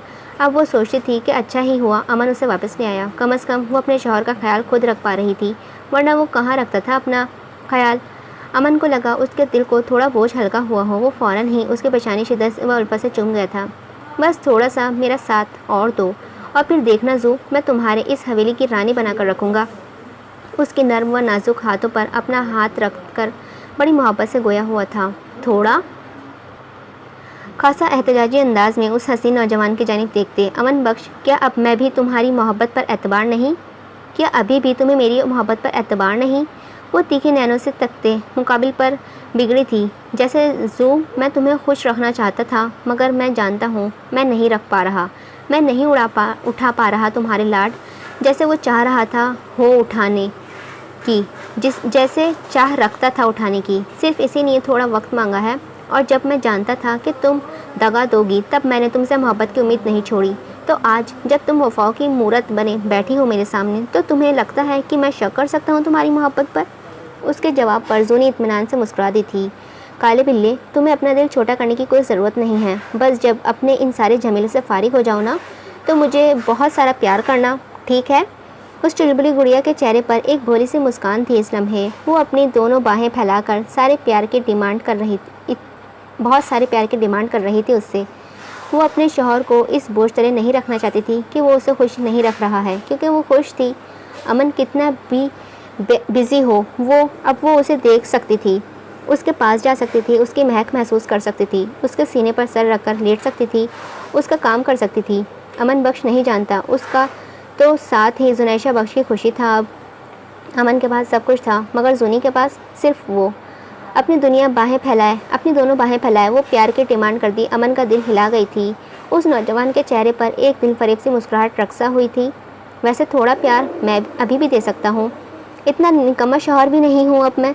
वो शरारत से कहता हुआ उसके जुल्फ़ों में अपनी उंगलियां उलझाकर उसके नाजुक वजूद को खुद पर गिरा गया था, जिस पर जूनी के गाल लाल हुए और सांसें भारी। रुको रुको, मैं मदद करता हूँ। मरियम के आखिरी माह चल रहे थे, जिसके सबब उठने बैठने में अब उसे परेशानी होने लगी थी। उसे बेड से उतरता देख शाहमीर फ़ौरन ही उसके पास आ गया था मदद करने के लिए। उसने मरियम को ब्राइडल स्टाइल में कैरी किया और उसे वॉशरूम के दरवाजे तक खुद छोड़ कर आया था। मुझे अब आदत सी होने लगी है इस शख्स की। वो फ्रेश होकर बाहर आई तो शाहमीर ने फ़ौरन ही उसे बाहों में भर लिया था और उसे बेड की जानिब ले जाने लगा। मरियम उसे लड़के के चेहरा देखते हुए अपनी बाहों से उसकी गर्दन में गिर्द बांधती बेसाख्ता ही सोचने लगी थी। शाहमीर ने बहुत आहिस्तेगी से उसे बेड पर लिटाया और वापस कंबल उड़ा दिया था। सर्दी बहुत हो रही है, मैं हीटर ऑन कर देता हूँ। शाहमीर ख़ास उसके लिए शहर से जाकर हीटर ले आया था, वो भी सिर्फ कुछ घंटों में। हीटर ऑन करने के बाद वो बेड पर उसके बराबर में ही आकर बैठ गया था। शाहमीर, मुझे सोने दो। उसके हाथों में कुछ चुलबुली सी थी। मरियम के बराबर में बैठने के बाद उसके हाथ टिकते ही नहीं थे। कभी उसकी उंगलियों में अपनी उंगली उलझाता, तो कभी उसके जुल्फ़ों से खेलता, तो कभी उसके गालों को सहलाने लगता था, तो कभी उसके कानों की लो को पकड़कर नरमी से मसलने लगता। कभी कभार तो मरियम चिढ़ जाती थी उसके इस अमल से और पूछती थी, आखिर तुम अपने हाथ अपने काबू में क्यों नहीं रख सकते। इस लम्हे भी वो उसे तंग ही कर रहा था जब वो मुंह बसोर कर उसकी जानिब देखकर गोया हुई थी। ठीक है, मैं हाथ नहीं चलाऊंगा, लेकिन फिर तुम्हें मेरे पास सोना होगा। वैसे भी मेरी बॉडी ज़्यादा हीट देगी तुम्हें इस हीटर से। वो खासा फ़खराना अंदाज में कह रहा था। उसकी आंखों में शोखी मचलती देख ली थी मरियम ने। और अगर मुझे हीट चाहिए ही ना हो तो, वो इतराते हुए बेनियाजी से बोली थी, तो मैं ज़बरदस्ती दूंगा। उसने फ़ौरन ही करीब आकर उसके सर के नीचे से तकिया निकालकर अपने हाथ हाइल किया और उसे अपने सीने से लगा लिया था। अब तुम्हें अच्छी नींद आएगी, देखना। वो मुतमईन लहजे में गोया हुआ, साथ साथ उसकी उंगलियां अब उसके कमर पर रक्स कर रही थी। आह! मरियम ने उसके अमल पर चीखना झुंझला कर उसकी ठोड़ी को हल्का सा काटा था। अब तुम्हारी उंगलियां चली ना शाहमीर, तो मैं तुम्हें बेड से नीचे धक्का दे दूंगी। इस दिलनशीन ने बरहमी से धमकी दी थी। अच्छा, कोशिश करूँगा, वो मुस्कुराते हुए कहता उसे अपने हिसार में जकड़ गया था। कुछ ही देर बाद उसे नींद के आगोश ने आ घेरा, जबकि मरियम वो अभी भी जाग रही थी। क्या बेटी होने के बाद भी बात तुम बदल जाओगे शाहमीर? प्लीज़ मत बदलना, मुझे आदत हो गई है तुम्हारी। उसके सीने से अपना चेहरा उठाकर शाहमीर के हसीन और सोते हुए चेहरे को बगौर तकते गंभीर लहजे में इस्तफसार किया था, जिसे पूरी ज़िंदगी अटकी हो उस सवाल के जवाब में, जबकि इल्म था कि मुकाबिल सो रहा है। बल्कि सवाल क्या ही उसके लिए था, क्योंकि जानती थी कि वो सो रहा है। फिर इल्तिजा करने लगी कि ना बदले, क्योंकि उसकी मोहब्बत पर वह परवाह की आदत हो गई थी उसे। प्लीज़ मत बदलना, इस बार मिन्नती लहजे में कहती उसकी आंखें में आंसू आ गए थे। उसके सीने से सर टिकाकर उसकी मीठी महक को सूंघने लगी, बगैर किसी परफ्यूम के जो उसके जिस्म से खुशबू आती थी। मरियम को वो दुनिया की सबसे अच्छी खुशबू लगने लगी थी। ज़िंदगी में उससे बहुत सालों में खुशियाँ और मोहब्बतें मिल रही थीं, लेकिन ये एक बेटे का सदका था। इसीलिए वो खुदा से दुआ करने लगी थी कि खुदा उसकी झोली में बेटा डाल दे। कभी कभार हमारा दिल वो दुआएं करने लगता है जो बज़ाहिर हमें हमारे लिए सबसे बेहतर महसूस हो रही होती हैं, लेकिन ये सिर्फ खुदा जानता है कि उसके बंदों के लिए क्या बेहतर है बेशक, और क्या बेहतरीन है। मुमकिन है कि आप बेहतर की ख्वाहिशमंद हों और आपके लिए बेहतरीन रखा हुआ हो, बेशक। वो हॉस्पिटल में थी, नीम बेहोशी की हालत में। बच्चे का नाल गले में लिपट जाने के सबब उसकी डिलीवरी में हसाइल दर आए थे, जिसकी वजह से गांव के अस्पताल में ही उसकी नॉर्मल डिलीवरी मुमकिन थी। शाहमीर उसे करीब के शहर के अस्पताल में ले आया था जल्दबाजी में, जहां उसका ऑपरेशन शुरू हुआ था। जब वो हल्का सा होश में आई तो उसने अपने सर पर सफ़ेद लाइट्स का जलता हुआ पाया था। उसकी नज़रें सबसे पहले सामने वाली घड़ी पर गई थी, जिसमें 9 बज रहे थे। कमरा बर्फ़ की तरह ठंडा हो रहा था। वो लाइट्स को देखती रही सुन जहन के साथ, यहाँ तक कि एक बच्ची के रोने की आवाज़ उसके कानों के समाज से टकराने लगी और उसके बाद उसकी आंखें फिर बंद हो गई थीं। शामीर अपनी सांसें रोके ड्राइवर के साथ बाहर खड़ा हुआ था ऑपरेशन थिएटर के। उसने कॉल करके घर वालों को खबर कर दी थी। सब पहुँचने ही वाले थे। शाहीन बेगम का परपोता आने वाला था और वो तो पूरी तैयारी के साथ आ रही थी ढोल वालों को लेकर। मुबारक हो, आपकी बेटी हुई है, नर्स ने शामीर के आगे उस नन्ही परी को करते मुसरत भरे लहजे में कहा था। उस लड़की की आंखें हल्की सी खुली तो पूरे कमरे में खामोशी छाई महसूस हुई थी। तो क्या मुझ पर क़यामत आकर गुजर गई और मुझे कुछ खबर ही ना हुई? वो दिल ही दिल बड़बड़ा रही थी कि अचानक उस पर कोई छाया। उसने पूरी आंखें खोलकर जब ऊपर की जानिब देखा तो लगा जैसे कोई ख्वाब हो, क्योंकि ख्वाब ही तो इतना खूबसूरत होता है जितना खूबसूरत वो नौजवान उस लम्हे लग रहा था। ब्लैक टी शर्ट पर ब्लू जीन्स और उस पर उसकी सिल्की बिखरे बाल, आंखों पर छाई सुर्खी और होठों पर खूबसूरत सी मुस्कान। वो उसे बड़ी मोहब्बत से तक रहा था। मुझे नहीं समझ आ रहा मैं किन अल्फाजों में तुम्हारा शुक्रिया अदा करूं। मैं कर ही नहीं सकता शायद, उसने हल्के से कंधे उचकाते हुए बेबसी से कहा था। उसके मशकूर जुमले सुन मरियम का दिल को राहत पहुंची थी। उसे महसूस हुआ कि खुदा ने उसकी दुआ सुन ली है और उसकी झोली में बेटा डाल दिया है, क्योंकि अगर उसकी झोली में बेटा ना आया होता तो यकीनन उस वक्त शामिर इतने खूबसूरत अल्फाज का भी उसे अदा नहीं करता। कहाँ है? उसके होठ बामुश्किल ही हिल पाए थे। उसे अपना पूरा जिस्म अभी भी सुन्न महसूस हो रहा था। उसे जूनी ऊपर ले गई है फर्स्ट फ्लोर पर गला साफ करवाने। ये सुन मरियम ने पुरसुकून अंदाज में आंखें दोबारा मूंद ली थी। वो दवाओं के ज़ेर असर थी, इसीलिए फिर सो गई।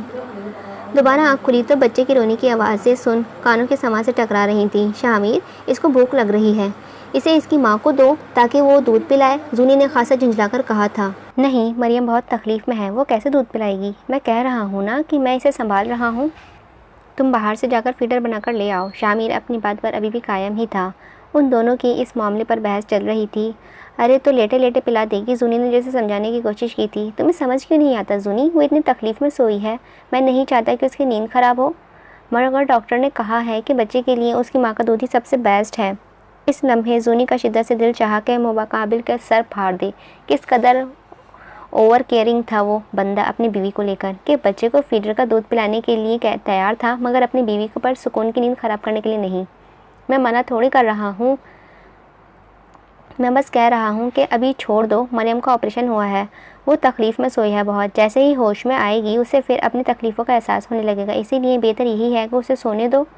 आह शामिर, ये बच्ची की पहली खुराक है, समझा करो। कहीं ऐसा ना हो कि पाउडर के दूध से इसे मोशन लग जाए या इसका पेट ख़राब हो जाए।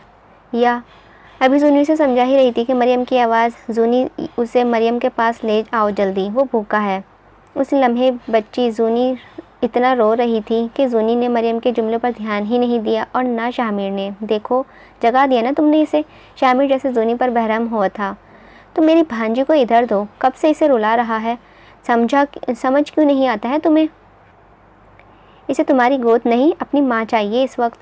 जूनी कभी इस तरह की तर्ज में कहती, फ़ौरन ही उस नन्ही परी को उसकी वालिद के हाथ से लेकर मरियम के पास पहुंच गई थी। ये लो मरियम, इसे दूध पिलाओ, ये बेचारी बहुत भूखी है। जूनी ने मुन्निस का लफ्ज़ अदा किया था, मुज़क्कर का नहीं। ये देख मरियम खासा नासमझी व हैरानगी से उसे देखने लगी थी। भूखी? उसने ज़ेरे लब बेयकीनी से दोबारा बड़बड़ाया। हाँ, बहुत भूखी है, और ये तुम्हारा शौहर बेवकूफ़ कहीं का तुम्हें उठाने नहीं दे रहा इसे दूध पिलाने के लिए। जूनी ने आखिर जुमला पीछे पलटकर शामिर को घूरी से नवाजते हुए अदा किया था और फिर तेज़ी से नन्ही परी को मरियम के बराबर में लिटा दिया। इस नन्ही परी को देखते ही मरियम एक लम्हे के लिए साकित हुई। मरियम, तुम्हें बहुत हिम्मत करके मेरी साइड पर करवट लेनी पड़ेगी, तब ही तुम दूध पिला सकोगी आराम से। जूनी ने नरमी से कहते उसकी मदद करने के लिए करवट लेने में, मगर इस बेचारी का पूरा जिस्म इस कदर तकलीफ़ में था कि करवट लेते वक्त उसकी बेसाख्ता कराह बुलंद हुई थी। मरियम, अगर तुमसे मुड़ा नहीं जा रहा कोई बात नहीं, हम इसे फीडर पिला देंगे, 1-2 दिन तक तो पी सकती है। वो हसीन लड़का फ़ौरन ही उसके साइड पर आकर गोया हुआ था। उसकी आंखों में फ़िक्र झलक रही थी, बेइंतहा फ़िक्र। नहीं ठीक है, मैं पिला दूँगी, उसने नरमी से जवाब दिया था। चलो ठीक है, लेकिन मैं यही बैठ जाता हूँ तुम्हारे पीछे, तो मेरी कमर से टेक लगा लो ताकि तुम्हारी कमर को सहारा रहे। शामिर ये जुमला अदा करते ही फ़ौरन ही उसके बराबर में बैठ गया था, अपनी कमर उसके सिमट कर। उफ़ शामिर, ऐसा शौहर तब करते हैं जब उनकी वाइफ बैठकर दूध पिला रही होती है। इस वक्त तो मरियम लेटी हुई है ऑलरेडी। जूनी के झुंझलाकर कहते ही शामिर ने उसको घूर कर देखा था। शामिर वैसे कभी किताब नहीं खोलता था और इसका और किताब का तो जैसे दूर दूर तक कोई ताल्लुक़ ही ना था, लेकिन अपनी बीवी की खातिर उसने एक प्रेग्नेंट औरत का कैसे ख्याल रखते हैं और डिलीवरी के बाद उसे और बच्चे को कैसे संभालते हैं, ये सब बड़े ध्यान से पढ़ रखा था। लेकिन उसने सिर्फ किताबों पर इक्तफ़ा ना किया, उसने वीडियोज़ भी देखे यूट्यूब पर सर्च करके। मरियम अपनी बेटी को दूध ज़रूर पिला रही थी, लेकिन उसका जहन अभी भी बेयकीनी के आलम में ही था। वो नहीं गया उसे छोड़कर, वो वाकई नहीं गया। उस लड़की का जहन बार बार बस यही जुमले दोहराकर ख़ुद को यकीन दिलाने की कोशिश कर रहा था कि वह जो भी देख रही है वो सच है। उसका शौहर वाकई उसे छोड़कर नहीं गया, ना ही बेटी होने के बावजूद भी, बल्कि उसके पहले से ज़्यादा फ़िक्र कर रहा है। मरियम की आंखें झिलमिलाने लग गई थीं। उसे शामिर से 1% भी उम्मीद नहीं थी, क्योंकि वो शुरू से ही शामिर बख्श के मिजाज को जानती थी, और ये भी कि इस हवेली के मर्दों को नन्ही कलियों को रखना नहीं आता। फ़हीम भी उसकी माँ से मोहब्बत का दावेदार था, लेकिन बेटी के होते ही वो बदल गया था। शामिर ने तो कभी मोहब्बत का सही तरह दावा तक नहीं किया, लेकिन उसके बावजूद उसके बराबर में मौजूद था, उसे सहारा देने के लिए। भले ही मरियम ने महसूस किया कि उसे ज़रूरत नहीं थी इस लम्हे, लेकिन वो फिर भी दे रहा था। और उसका ये सहारा देना फ़कत जिस्म को सहारा नहीं था, उसके टूटे दिल को सहारा था, टूटी बिखरी उम्मीदों को। उस लड़की ने कितना डर डर के गुजारे थे ये 9 माह, बस वो ही जानती है। तुम ठीक हो ना? तकलीफ़ तो नहीं हो रही ना ज़्यादा? नन्ही परी को तो दूध पीते ही सो गई थी, इसीलिए जूनी ने उसे उठा लिया अपनी गोद में और उसे झूले की जानिब ले गई, जबकि शामिर मरियम के बालों को सहलाते नरमी से इस्तफसार करने लगा था। नहीं, वो हसीन नौजवान वाकिफ़ था कि वो सिर्फ इसके लिए इनकार कर रही है, इसलिए इनकार कर रही है ताकि वो परेशान ना हो, वरना वो दिल नशीन हसीना किस कदर तकलीफ़ में आई है तो सिर्फ उसका चेहरा ही बताने के लिए काफ़ी था, क्योंकि उसकी डिलीवरी में बहुत कॉम्प्लिकेशंस आ गई थी, इसीलिए उसका खून बहुत गया था जिस्म से। यही सबब था कि वो बिल्कुल सफ़ेद हो रही थी। डॉक्टर का कहना था कि अगर मरियम को लाने में थोड़ी ही देर की जाती तो मुमकिन था कि माँ और बच्चे में से एक को बचा पाते। शायद यही वजह थी कि शामिर का दिल अभी तक सुकून नहीं पा रहा था। अच्छा रुको, मैं तुम्हें वापस सीधा कर देता हूँ, उसने नरमी से कहकर मरियम का बाजू पकड़कर आहिस्तेगी से वापस सीधा किया था। इतनी आहिस्तेगी से करने के बावजूद मरियम के मुंह से बेसाख्ता आह निकल ही गई थी। सॉरी, उस नौजवान ने फ़ौरन ही मुआवज़त की, जबकि उसकी गलती भी न थी। माशाल्लाह भाई, ये तो बहुत प्यारी है, शहरोज़ ने उस नन्ही परी को अपनी गोद में लेकर शामिर की जानिब देख मुस्कुराकर कहा था। होगी नहीं, आखिर बेटी किसकी है? शामिर खासा फ़ख्रखाना अंदाज में अपना कॉलर उचकाते हुए गोया हुआ था। जूनी और आफिया बातें करने में मगन थीं, जबकि मरियम की निगाहें वो तो अपने शौहर पर ही टिकी थी, जो बहुत खुश नज़र आ रहा था। उसे देखकर कहीं से भी ऐसा महसूस नहीं हो रहा था कि उसे ज़रा भी गम हो बेटा ना होने का। भाई, अमन कुछ देर वहाँ बैठने के बाद जूनी को छोड़कर अभी जाने ही लगा था कि आफिया उसके पीछे पीछे बाहर तक आई। हाँ भाई की जान। अमन ने फ़ौरन ही पलट कर उसकी जानिब देखा, नरमी से मुस्कुराकर कहा था, भाई मुझे आपसे एक बहुत ज़रूरी बात करनी है। चलो बाहर जाकर बैठते हैं। आफिया का चेहरा ही बताने के लिए काफ़ी था कि अमन को कोई मसला है। वो आफिया को हॉस्पिटल की कैंटीन में लेकर आ गया था। खाने पीने के सामान ऑर्डर करने के बाद आफिया की जानिब मुतवज्जा हुआ, जो अपनी उंगलियों को मरोड़ रही थी। अमन वाकिफ़ था वो ऐसा तभी करती है जब किसी चीज़ को लेकर बहुत परेशान होती है। क्या हुआ, खैरियत तो है? जी भाई, वो दरअसल आपने जो मुझे जहेज़ में ज़मीन दी है, मैं सोच रही हूँ उन्हें बेच दूँ। आफिया ने नज़र तक नहीं उठाई थी ये जुमला अदा करते वक्त, जैसे बहुत शर्मिंदा हो। उसके कहते ही अमन के कान खड़े हुए थे। शादी को अभी 1 साल तक नहीं हुआ और शहरोज़ उसके जहेज़ में मिली जायदाद को बेचने की सोच रहा है। ये ख्याल ही अमन का खून खौला गया था। अगर कोई परेशानी आ गई है तो मुझसे शेयर करो, अभी से अपने जहेज़ में मिली ज़मीन को क्यों बेच रही हो? भाई, क्या मैं अपनी जहेज़ नहीं बेच सकती, अपनी चीज़ नहीं बेच सकती? उसके अगले जुमले में अमन को जैसे लाजवाब किया था। बिल्कुल बेच सकती हो मेरी जान, लेकिन मैं चाहता हूँ कि तुम उसे संभाल कर रखो अपने मुश्किल वक्त के लिए। एक भाई या बाप अपनी बेटी या बहन को सिर्फ जहेज़ नहीं देता, उनकी मुश्किल वक्तों में हिफाजत के लिए सामान मुहैया कर देता है पहले से ही, ताकि वो रहें या ना रहें, उसकी बहन या बेटी हिफाजत से रहे। ये पैसों की दुनिया है, जिसके पास पैसा है उसी के लोग पूछते हैं फ़कत। हमारे माशरे का तो ये हाल है, बेटा भी बाप की इज़्ज़त तब करता है जब उसके पास पैसा हो। वो सिर्फ ज़मीन नहीं है, वो तुम्हारी ताकत है। आफिया, जो भी मुश्किल है पैसों के हवाले से वो मुझसे शेयर करो। मैं बैठा हूँ अभी तुम्हारी मदद करने के लिए। जब मैं ना रहूँ तब सोचना इस ज़मीनों से मदद लेने की। अमन ने मोहब्बत से अपनी बात समझाने की कोशिश की थी। भाई, आपको तो पता ही है कि आप मामू बनने वाले हैं। उनको भी अपने सॉफ्टवेयर बनाने के लिए अच्छी खासी रकम चाहिए। उनके अब्बू जो पैसे भेजते हैं जेब खर्ची के, वो इतने नहीं कि ये हमें भी संभाल लें और अपना काम भी निकाल लें। अम्मी कह रही थी कि मैं उनकी बीवी हूँ, मुझे चाहिए कि मैं अपने शौहर की मदद करूँ इस मुश्किल वक्त में। जब वो एक दिन कामयाब सॉफ्टवेयर इंजीनियर बन जाएंगे तो मुझे उससे ज़्यादा ख़रीद कर वापस दे देंगे।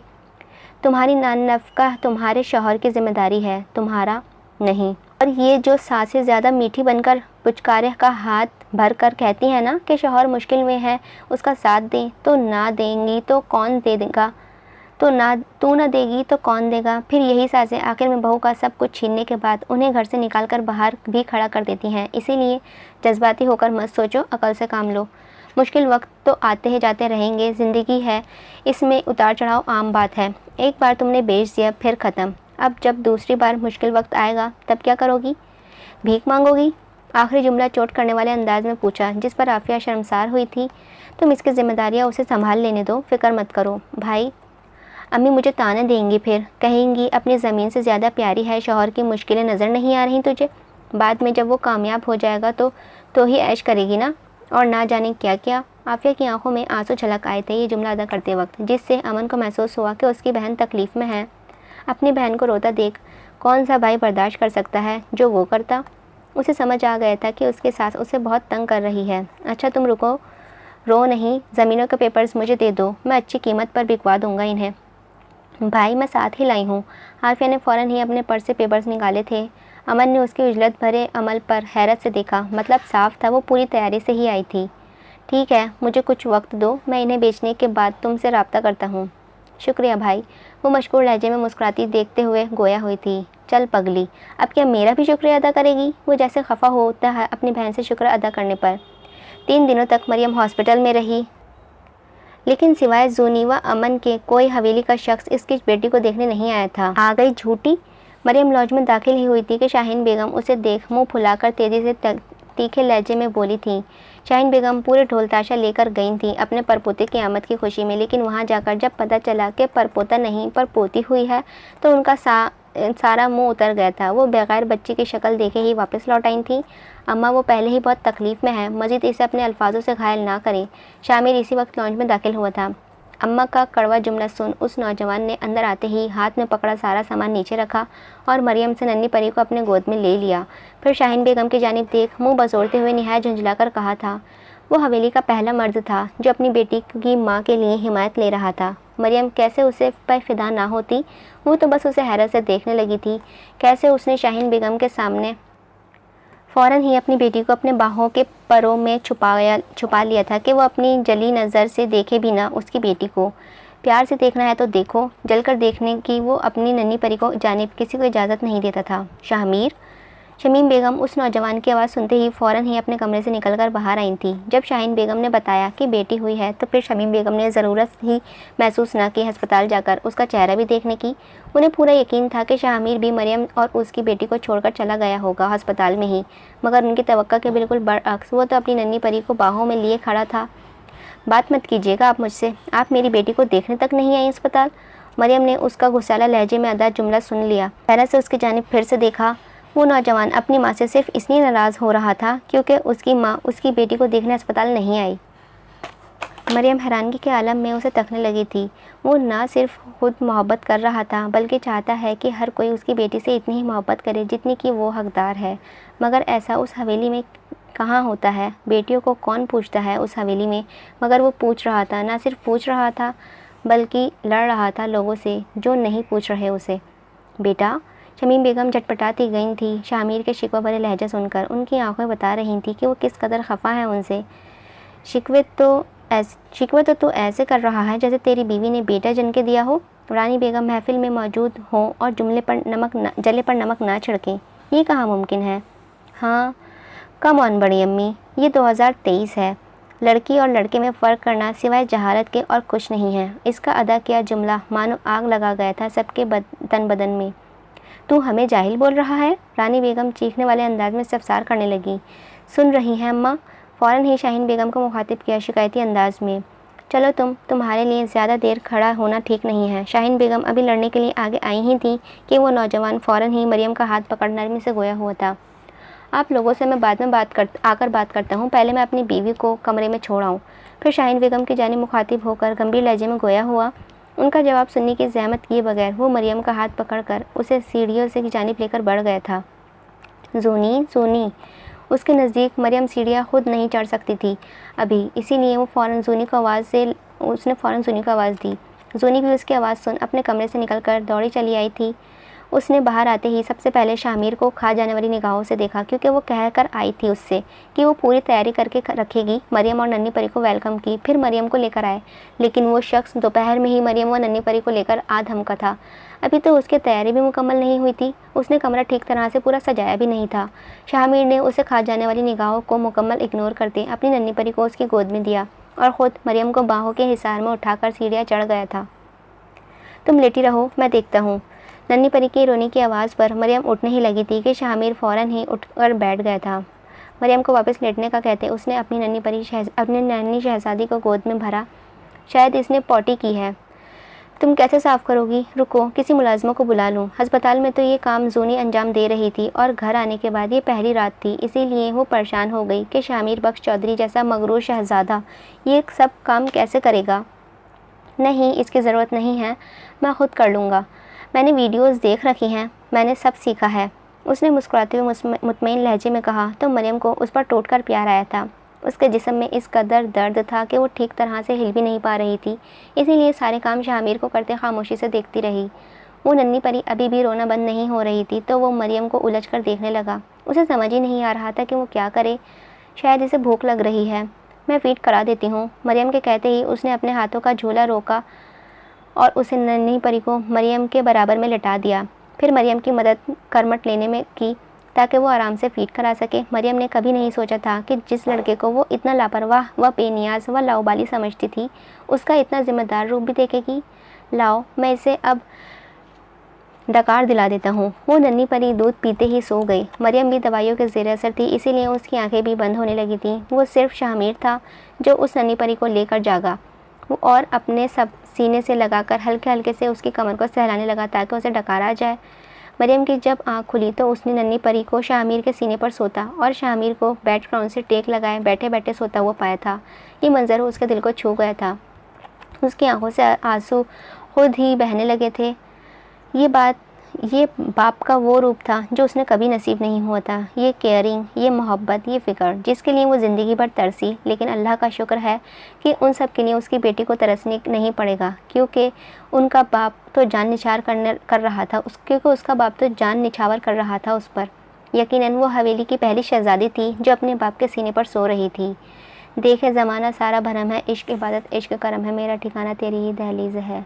मैं हूँ दीवारें छत है पिया तो रब की मुझे नेमत है पिया तो मेरे लिए तो ही बरकत का तावीज़ है।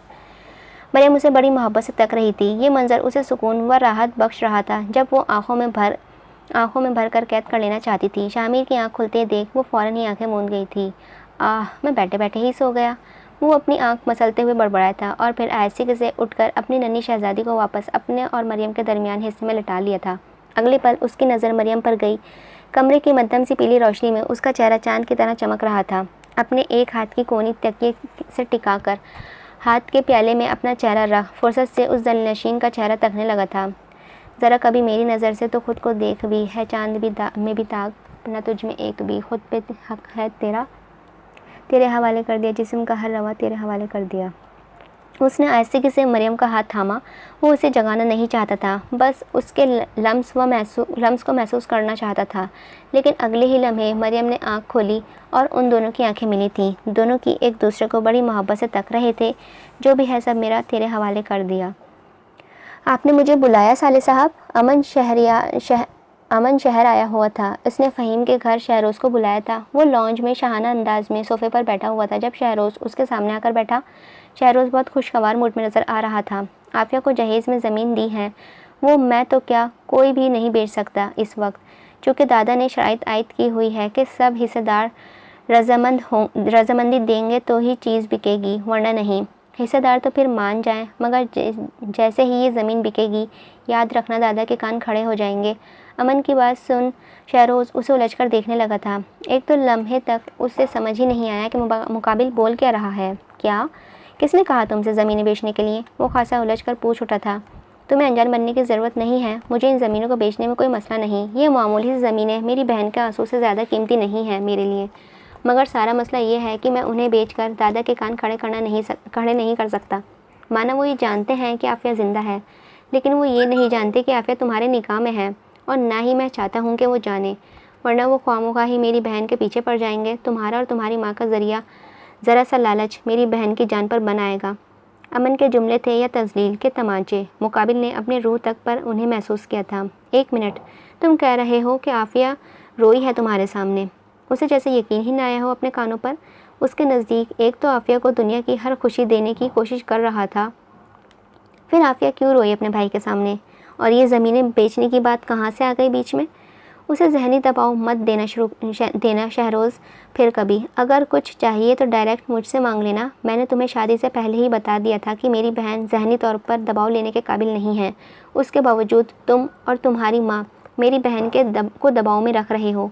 अमन का चेहरा गुस्से के मारे सुर्ख पड़ गया था और आंखें लहू-रंग। वो भूला नहीं था अब तक अपनी बहन के आंसुओं को। तुम गलत समझ रहे हो अमन, ऐसा कुछ नहीं है। यकीनन तुम्हें कोई गलतफहमी हुई है। शहरोज़ अपनी सफाई में तेज़ी से एहतजाजन गोया हुआ था। मुझे गलतफहमी हुई है। इतना कहते ही उसने अपनी जेब से पेपर्स निकालकर टेबल पर पटके। ये रहे पेपर्स जो वो अपने साथ लाई थी अस्पताल में मुझे देने के लिए। शहरोज़ ने जब उन पेपर्स को देखा तो उसकी आंखें हैरत से फटी थीं। वैसे मैं तुम्हें इतना गिरा हुआ नहीं समझता था, वो उम्मीद से है। इसके बावजूद तुम मुझे जहनी दबाव दे रहे हो। क्या मैं नहीं जानता कि तुमने उससे झूठ कहा है कि तुम्हें अपने सॉफ्टवेयर्स के लिए पैसों की ज़रूरत है? क्योंकि सब जानते हैं, बस तुम एक बार मुंह से रकम अदा करते हो और एहसन चाचा तुम्हें फ़ौरन ही पैसे निकाल कर हाथ में पकड़ा देते हैं। उन्होंने पैसों के मामले में कभी अपना हाथ तुमसे नहीं रोका है और ना ही हवेली के कभी किसी दूसरे शख्स ने। अमन के गुस्सैले लहजे में कहते ही शहरोज़ अपना सर पकड़ने लगा था। यकीन करो अमन, मुझे नहीं पता इन सब के बारे में कुछ भी। वो अपनी सफाई में उसके बाद हलक के बढ़ दहाड़ा था। ये ब्लैंक चेक है, चाहो तो इस ज़मीन की 10 गुना कीमत लिख दो, मैं वो भी देने के लिए तैयार हूँ, मगर मेरी बहन को तंग मत करना। अमन किसी सूरत उसकी बात पर यकीन करने के लिए तैयार नहीं था, और होता भी कैसे?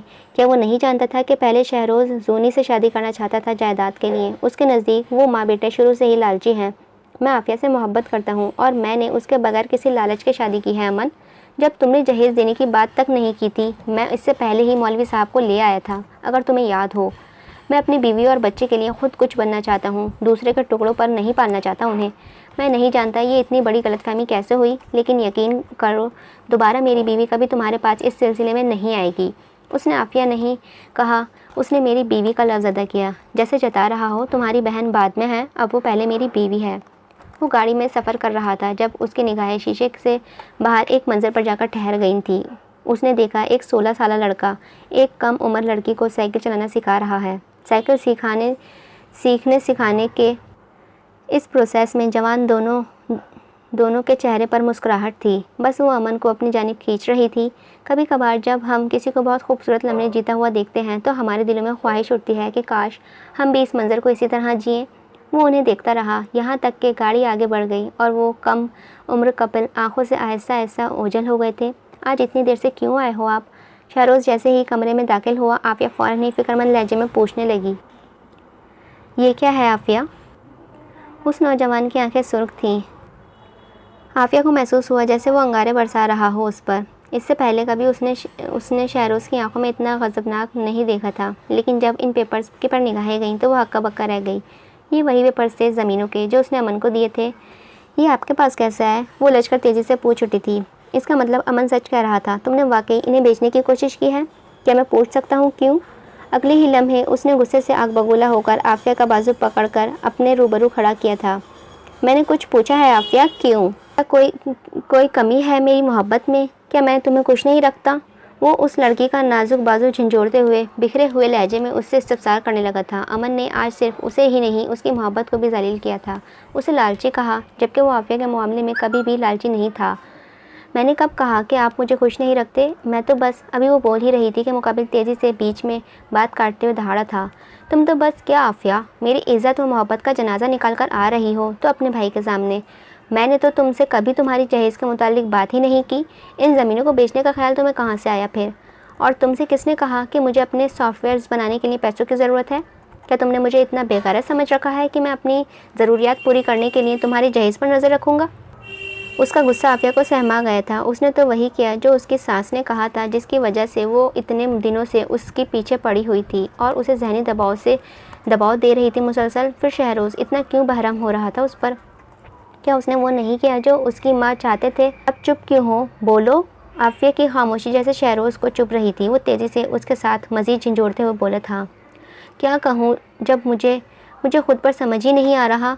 आपकी अम्मी मुझसे बार बार कहती रहीं कि मैं अपना जहेज़ बेचकर आपकी मदद करूं, क्योंकि मैं आपकी बीवी हूं। मुझ पर लाजिम है मुश्किल के वक्त आपकी मदद करना। अब जब मैंने बेचने की कोशिश की है तो आप मुझ पर आकर चीख रहे हैं, क्यों?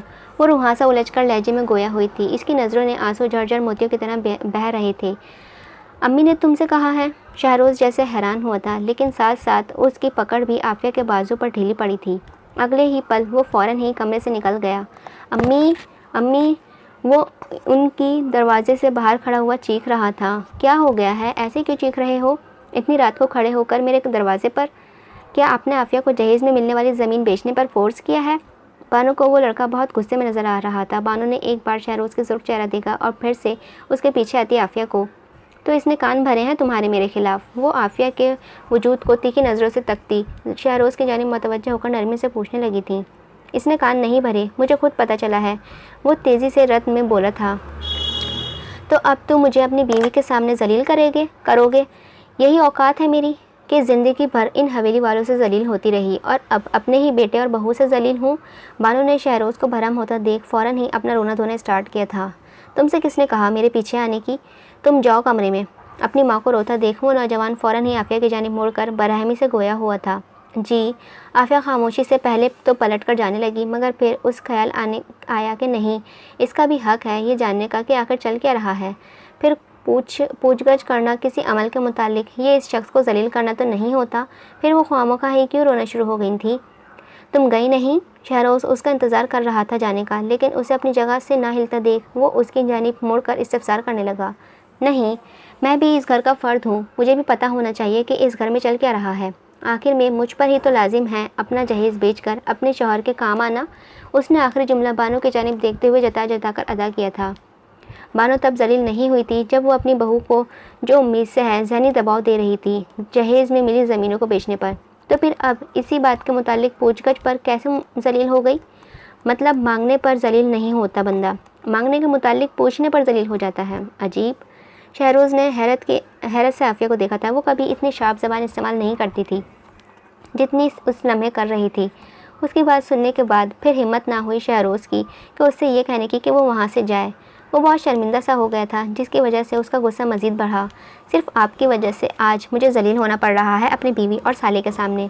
क्या मुझे बताना पसंद करेंगी आपने क्यों आफिया से कहा ज़मीनें बेचने का? मुझे याद नहीं पड़ता कि मैंने आपसे कहा हो कि मुझे अपने काम के लिए पैसों की ज़रूरत है, और अगर होती भी तो मैं खुद मैनेज कर सकता हूँ। तो मैं और क्या करती भला? वो अमन हर ऐरे गहरे पर अपनी जायदाद लौटाता फिर रहा है जिस पर तुम्हारा हक है।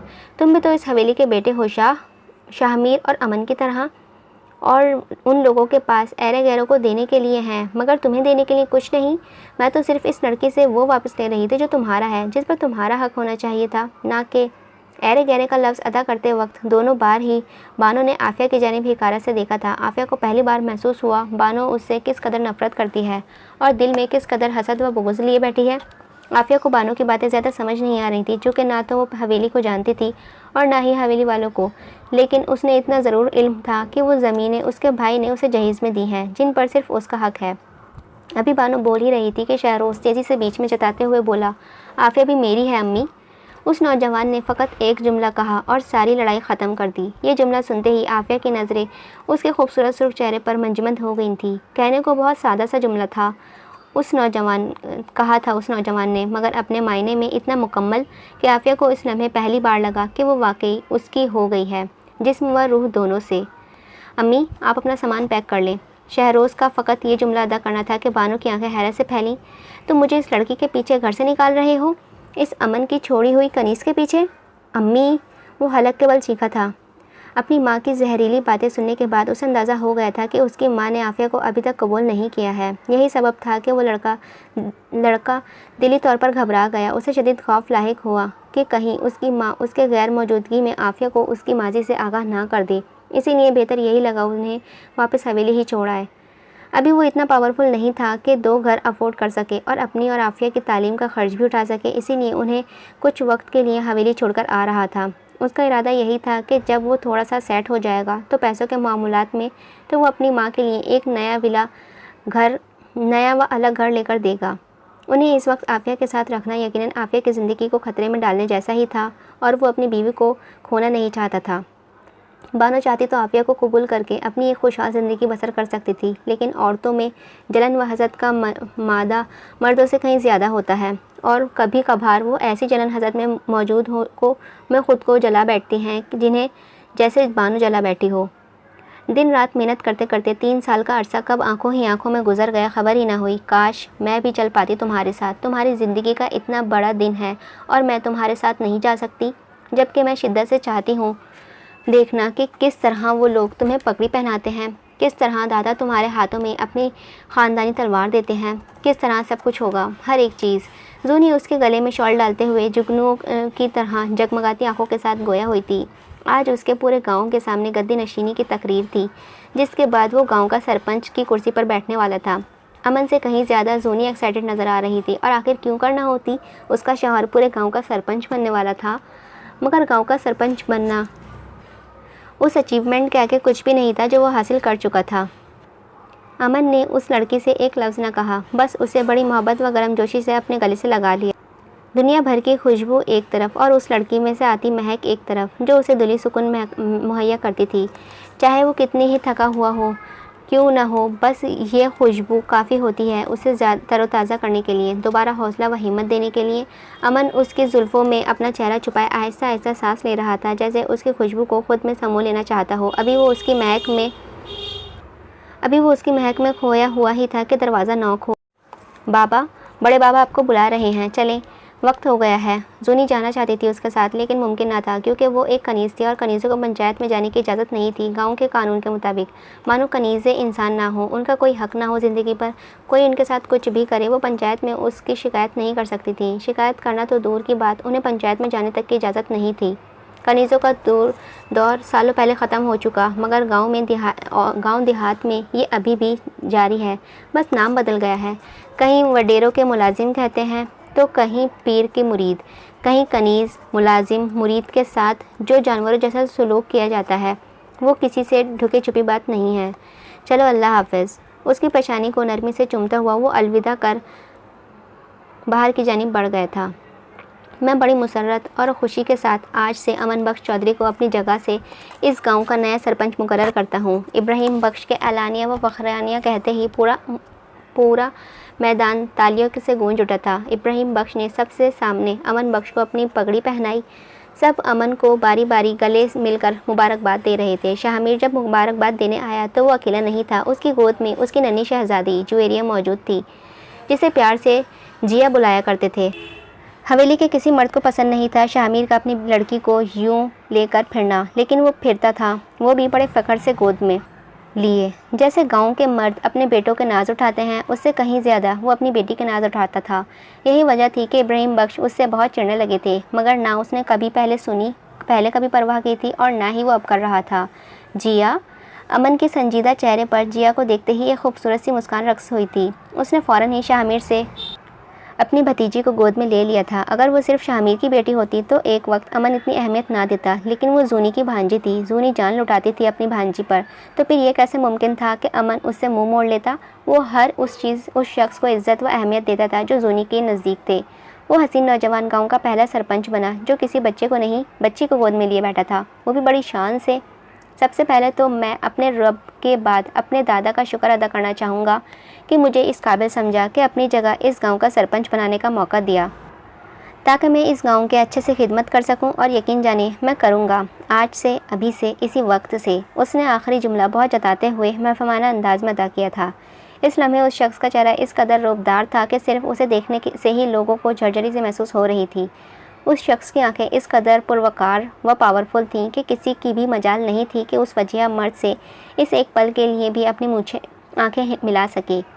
उसने अपने वकार जाहिर करने के लिए मूँछों को ताव नहीं दिया, क्योंकि उसकी मूँछें नहीं थीं। उसने शरीयत के मुताबिक मूँछों को पस्त और दाढ़ी को बढ़ाया था, जैसा शरीयत में मर्द के लिए हुक्म है। लोग नहीं जानते, मगर वो जानता है। कितना इंतज़ार किया है उसने इस वक्त का, जब सब कुछ उसके अंडर हो, पूरे गांव पर सिर्फ उसका हुक्म चले और वो नौजवान वापस शरीयत मुस्तफ़ा सल्लल्लाहु अलैहि वसल्लम को नाफिज कर सके।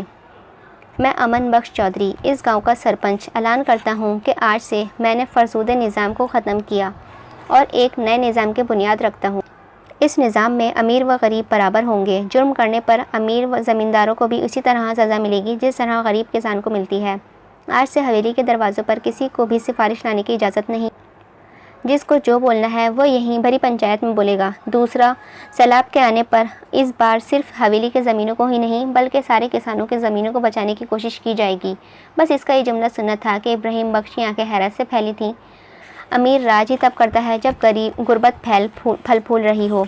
जब सबकी ज़मीनें बच जाएंगी तो वो सब ही अच्छा कमाएंगे और खाएंगे, तो फिर कौन उनके आगे सर झुकाएगा, कौन उनके कहना मानेगा, कौन उनसे डरेगा। तीसरा, मैं गांव का बहुत जल्द स्कूल और कॉलेज बनवाऊंगा ताकि गांव के बच्चों को बाहर ना जाना पड़े। साथ साथ गांव में 24 घंटे बिजली इसका भी इंतज़ाम कर रहा हूँ बिजली आए इसका भी इंतज़ाम कर रहा हूँ। हम अपने पानी से अपनी बिजली खुद बनाएंगे ताकि हम दूसरों का मोहताज ना रहना पड़े किसी भी मामले में। उसकी बातें अब लोगों को हैरान कर रही थीं। लोगों ने उसे बेयकीनी से देखा। वो जो उन्हें ख्वाब दिखा रहा था वो उनकी पहुंच से कई कोसों दूर थे, मगर उस नौजवान का चेहरा इस कदर पुरएतमाद था कि वादे करते वक्त कि उन्हें ना लगा कि वो उन्हें कोई झूठी उम्मीदें दिला रहा है। मैं आज से कनीज़ों की सज़ा ख़त्म करता हूँ और हवेली में इस वक्त जितनी भी कनीज़ें मौजूद हैं उन्हें आज़ाद करता हूँ। आज से भागने वाली लड़की की सज़ा मौका महल के एतबार से तय की जाएगी, जो मैं ख़ुद तय करूँगा। बस इसका कहना था कि माहौल पर हूँ का आलम तारी हो गया था। इब्राहिम बख्श का चेहरा गज़बनाक हद तक सुर्ख हो गया था। तुम हमारे बाप दादाओं से चलती आ रही कानून को नहीं बदल सकते। वो ज़ोरों से दहाड़े थे। बिल्कुल अमन बख्श, तुम अपनी गद्दी का गलत फ़ायदा उठा रहे हो। फ़ायज़ राना इब्राहिम बख्श का साथ देते हुए फ़ौरन ही तेज़ी से उस पर चीखा था। पूरे माहौल में गर्मा गर्मी छा गई थी। हवेली के तकरीबन तमाम ही मर्द गुस्से से लाल पीले होते नजर आ रहे थे, मगर उस नौजवान को कोई परवाह न थी। वो इत्मीनान से अपनी गद्दी पर बैठा उन सबकी सुन रहा था। अभी वो उनकी बातें सुन ही रहा था कि अचानक उसकी नज़रें सामने जनानियों में मौजूद काली चादर में लिपटी लड़की पर गई थी। सिवाय आंखों के उसका चेहरा मुकम्मल ढका हुआ था। पहले उसने आंखें छोटी किए बगौर देखने के लिए, और फिर अगले ही पल होठों के किनारों पर हल्की सी तबस्सुम रक्सा हुई थी। वो उसे देखने में इतना मगन हुआ था कि बाकी सब क्या बोल रहे हैं उसे कुछ खबर ही नहीं। उसकी तवज्जो तो फ़कत इब्राहिम बख्श के उस जुमले ने वापस खींची। मत भूलो अमन, जो तुम्हें गद्दी पर बैठा सकता है वो तुम्हें इस गद्दी से उतारना भी जानता है। 4 साल से वो नौजवान उनके लिए निहायत फर्माबरदारी से और खामोशी से काम कर रहा था। उस लड़के ने इस कदर मेहनत की थी कि गिरते हुए कारोबार को दोबारा उसके मुकाम पर ला खड़ा किया। यही सबब था कि अंधा एतमाद करने लगे थे इब्राहिम बख्श उस पर। इसीलिए उसे अपनी ज़िंदगी में अपनी गद्दी का जानशीन किया। अगर वो जानते कि वो लड़का सिर्फ गद्दी पर बैठने की देर है, आंखें तोते की चश्म की तरह बदल देगा, तो वो कभी इतना बड़ा फैसला ना लेते। मगर अभी भी देर नहीं हुई थी उसके नज़दीक। इसीलिए उन्होंने अमन को खुले अल्फाज में वार्निंग दी। नहीं दादा जान, मुझे इज़्ज़त मेरे खुदा ने दी है, आप तो सिर्फ ज़रिया बने हैं। इस गर्मा गर्मी के माहौल में उस नौजवान का तहम्मुल से दिया जवाब इब्राहिम बख्श के तन बदन को आग लगाने के लिए काफ़ी था। अमन वाकिफ़ था कि चाहे कोई भी इदारा हो गांव में, उसके वफादार कुत्ते हर जगह भरे पड़े हैं जो उनके सिर्फ एक इशारे पर के ताबा बैठे हैं। लेकिन उसके बावजूद उसकी पेशानी पे कोई बल ना था। उसके पीछे हटने का मतलब था उसकी बीवी को पूरी दुनिया से छुप कर रहना, उनके निकाह का लोगों तक ना पहुंचना, उसकी बीवी का गैर महफूज होना। जब दाव पर अपनी ज़िंदगी, अपनी मोहब्बत, अपनी जान लगी हो तो कोई कैसे पीछे हट सकता है। 4 साल तैयारी की थी उसने इस मैदान जंग की। फेल कैसे हो सकता था, पीछे कैसे हट सकता था। अमन बख्श, अभी के अभी अपना आखिरी फ़ैसला वापस लो, वरना एहसन बख्श ने उसके सामने गज़बनाक होते हुए धमकी दी थी। बस इसके चाचा का धमकी देना था कि वो काली चादर में लिपटी लड़की तेज़ी से उस नौजवान के आगे आकर किसी मजबूत दीवार की मांद खड़ी हो गई थी। हाथ तो लगाएं आप ज़रा मेरे अमन को, और फिर मैं आपको दिखाऊंगी जुनैशा अमन बख्श चौधरी चीज़ क्या है। उस लड़की की बिलोरी आंखों में खून उतर रहा था और चीर फाड़ देने वाली निगाहों से तक रही थी उन्हें। जूनी को अचानक वहाँ देख लोग इतना हैरान हुए थे जितना उसके अपने नाम के साथ अमन बख्श नाम लगाने पर हुए थे। तुम और अमन? फ़ाइज़ राना अभी से उनके नाम का मतलब समझते पूछ ही रहा था कि उस लड़की के पीछे से आने वाली रोबदार भरम आवाज़ में जुमला तहम्मुल व इत्मीनान से मुकम्मल कर गया। मियाँ बीवी हैं। वो हसीन व जमील नौजवान जिया को गोद में लिए खड़ा हुआ था। सब हक्का बक्का होकर अमन को देखने लगे। किसी को एतबार नहीं आ रहा था कि उसने अपनी ही कनीज़ से निकाह कर लिया है। तुम जिया को लेकर यहाँ बैठो, मैं छोटी सी परी क्या जाने कि उसके इर्द गिर्द क्या चल रहा है। जूनी को काली चादर में लिपटे होने के बावजूद वो पहचान गई थी। उसने फ़ौरन ही अपने बाहें उसकी जानिब फैलाई ताकि वो उसे गोद में ले। जूनी इस वक्त सबसे लड़ना चाहती थी अपने शौहर के लिए, मगर अमन ने उसे आंखों ही आंखों में इत्मीनान दिलाया कि वो संभाल लेगा। फिर जुवेरिया को उसकी गोद में देकर अपनी जगह पर बैठा दिया। अमन ने दानिस्तान तौर पर जुवेरिया को शाहमीर के बजाय जूनी को दिया ताकि वो उससे सारी लड़ाई से दूर रहे। जूनी को सरपंच की कुर्सी पर बैठता देख सब ही आंखें हैरत से फैली थीं। अमन, इसे हटाओ, ये जनानियों की बैठने की जगह नहीं है। तुम इसे बैठाकर तौहीन कर रहे हो हमारी बाप दादाओं की। फ़ाइज़ राना गुस्से से पागल होते हुए अपनी गन्स निकाल कर उसकी जानिब बरहमी से गोया हुआ था। ये मेरी शरई व कानूनी तौर पर ज़ौजा है। मेरे मरने के बाद इसी का हक़ है मेरे बाद यहाँ पर बैठने का। अगर वो मेरी हयात में इस कुर्सी पर बैठ जाती है तो मुझे नहीं लगता कि कोई इतना बड़ा मसला हो कि उस पर खून खराबा हो जाए। उसके तहम्मुल और इत्मीनान से जवाब देते ही एहसन बख्श गुस्से से दहाड़ा था। अब क्या हम मर्दों पर ये नाकिस और अलकाल जनानी बैठेगी? हम मर ना जाएं ये दिन देखने से पहले? बिल्कुल अब्बा, आप बिल्कुल ठीक कह रहे हैं। हमें मर जाना चाहिए एक जनानी की पैरवी करने से पहले, लेकिन क्या फिर हमें इस अक्लमंद मर्द की पैरवी करनी चाहिए जो ख़ुद भी दोज़ख का रास्ता इख्तियार करे हुए है और हमें भी अपने पीछे लेकर बड़ी शान से चल रहा है? शामिर बख्श चौधरी का चोट करने के लिए किया गया सवाल इब्राहिम बख्श का चेहरा अंगारों के मान सुर कर गया था। तुम हमारे लिए जुमला अदा कर रहे हो? इब्राहिम बख्श को जैसे यकीन ना आया हो कि उनका इतना फर्माबरदार पोता उन्हीं के मुखालिफ सिमत खड़ा होकर सबके सामने उन्हें यूं जलील कर रहा है। गुस्से की शिद्दत से उनका पूरा वजूद लरस गया था, मगर मुकाबिल खड़ा नौजवान इतना ही पुरसुकून था जितना पहले वो टेंशन लेने वालों में से भी कभी ना था, हमेशा देने वालों में से था। आप कुछ समझदार हैं, इसके महफमाना अंदाज में कहते ही इब्राहिम बख्श के तन बदन में आग भड़क गई थी। वो एक जिस्म में उस तक पहुँचे थे। अगले ही पल एक ज़ोरदार चमाचा उसके चेहरे पर रसीद किया जिसकी गूंज पूरे मजमे ने सुनी थी। मैं इब्राहिम बख्श चौधरी, अमन बख्श चौधरी और शामिर बख्श चौधरी को अपनी जायदाद से आग करता हूँ। शामिर की आंखें एक दो लम्हे के लिए हैरत से फैली और फिर नॉर्मल हो गए। सच कहा जाए तो उसे इब्राहिम बख्श से इतने बड़े और सख्त फैसले की उम्मीद हरगिज़ न थी। इब्राहिम बख्श ने बहुत सारी शराइत के साथ अपने पोता पोती को अपने जायदाद व वारिस बनाया था। इन शराइत में से एक ये भी थी कि वो जब चाहें अपनी जायदाद उनसे वापस छीन सकते हैं और सब वाकिफ़ थे कि वो ये काम कर सकते हैं जायज़ और नाजायज़ दोनों तरीके से। वो उन लोगों में से हैं ही नहीं जिनकी कोई हुदूद हो। शामिर की बीवी और बेटी थी, एक छोटी सी फैमिली जिसकी जिम्मेदारी थी उसके कंधों पर। वो तालीम मुकम्मल कर चुका था और ट्रेनिंग पर कराची के एक बहुत बड़े वकील के पास काम कर रहा था, मगर उसे तनख्वाह नहीं मिलती थी। अब वो अपनी बीवी और बेटी को कैसे एक अच्छी ज़िंदगी दे सकेगा, यही सोच उसका दिमाग मफलूज हो रहा था।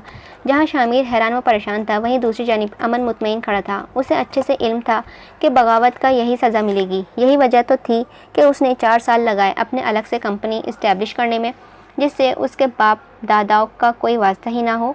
वो शामिर को अपने साथ इस लड़ाई में शामिल नहीं करना चाहता था और ना ही उसने किया। वो अलग बात है कि शामिर खुद ही इस निज़ाम के ख़िलाफ़ लड़ना चाहता था शुरू से, इसीलिए मैदान जंग में आज खुद ही कूद आया था, और साथ साथ तुम्हारी बीवियों को भी।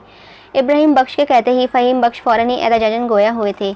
अपने पोतों का गुस्सा मेरी बेटियों पर क्यों निकाल रहे हैं आप?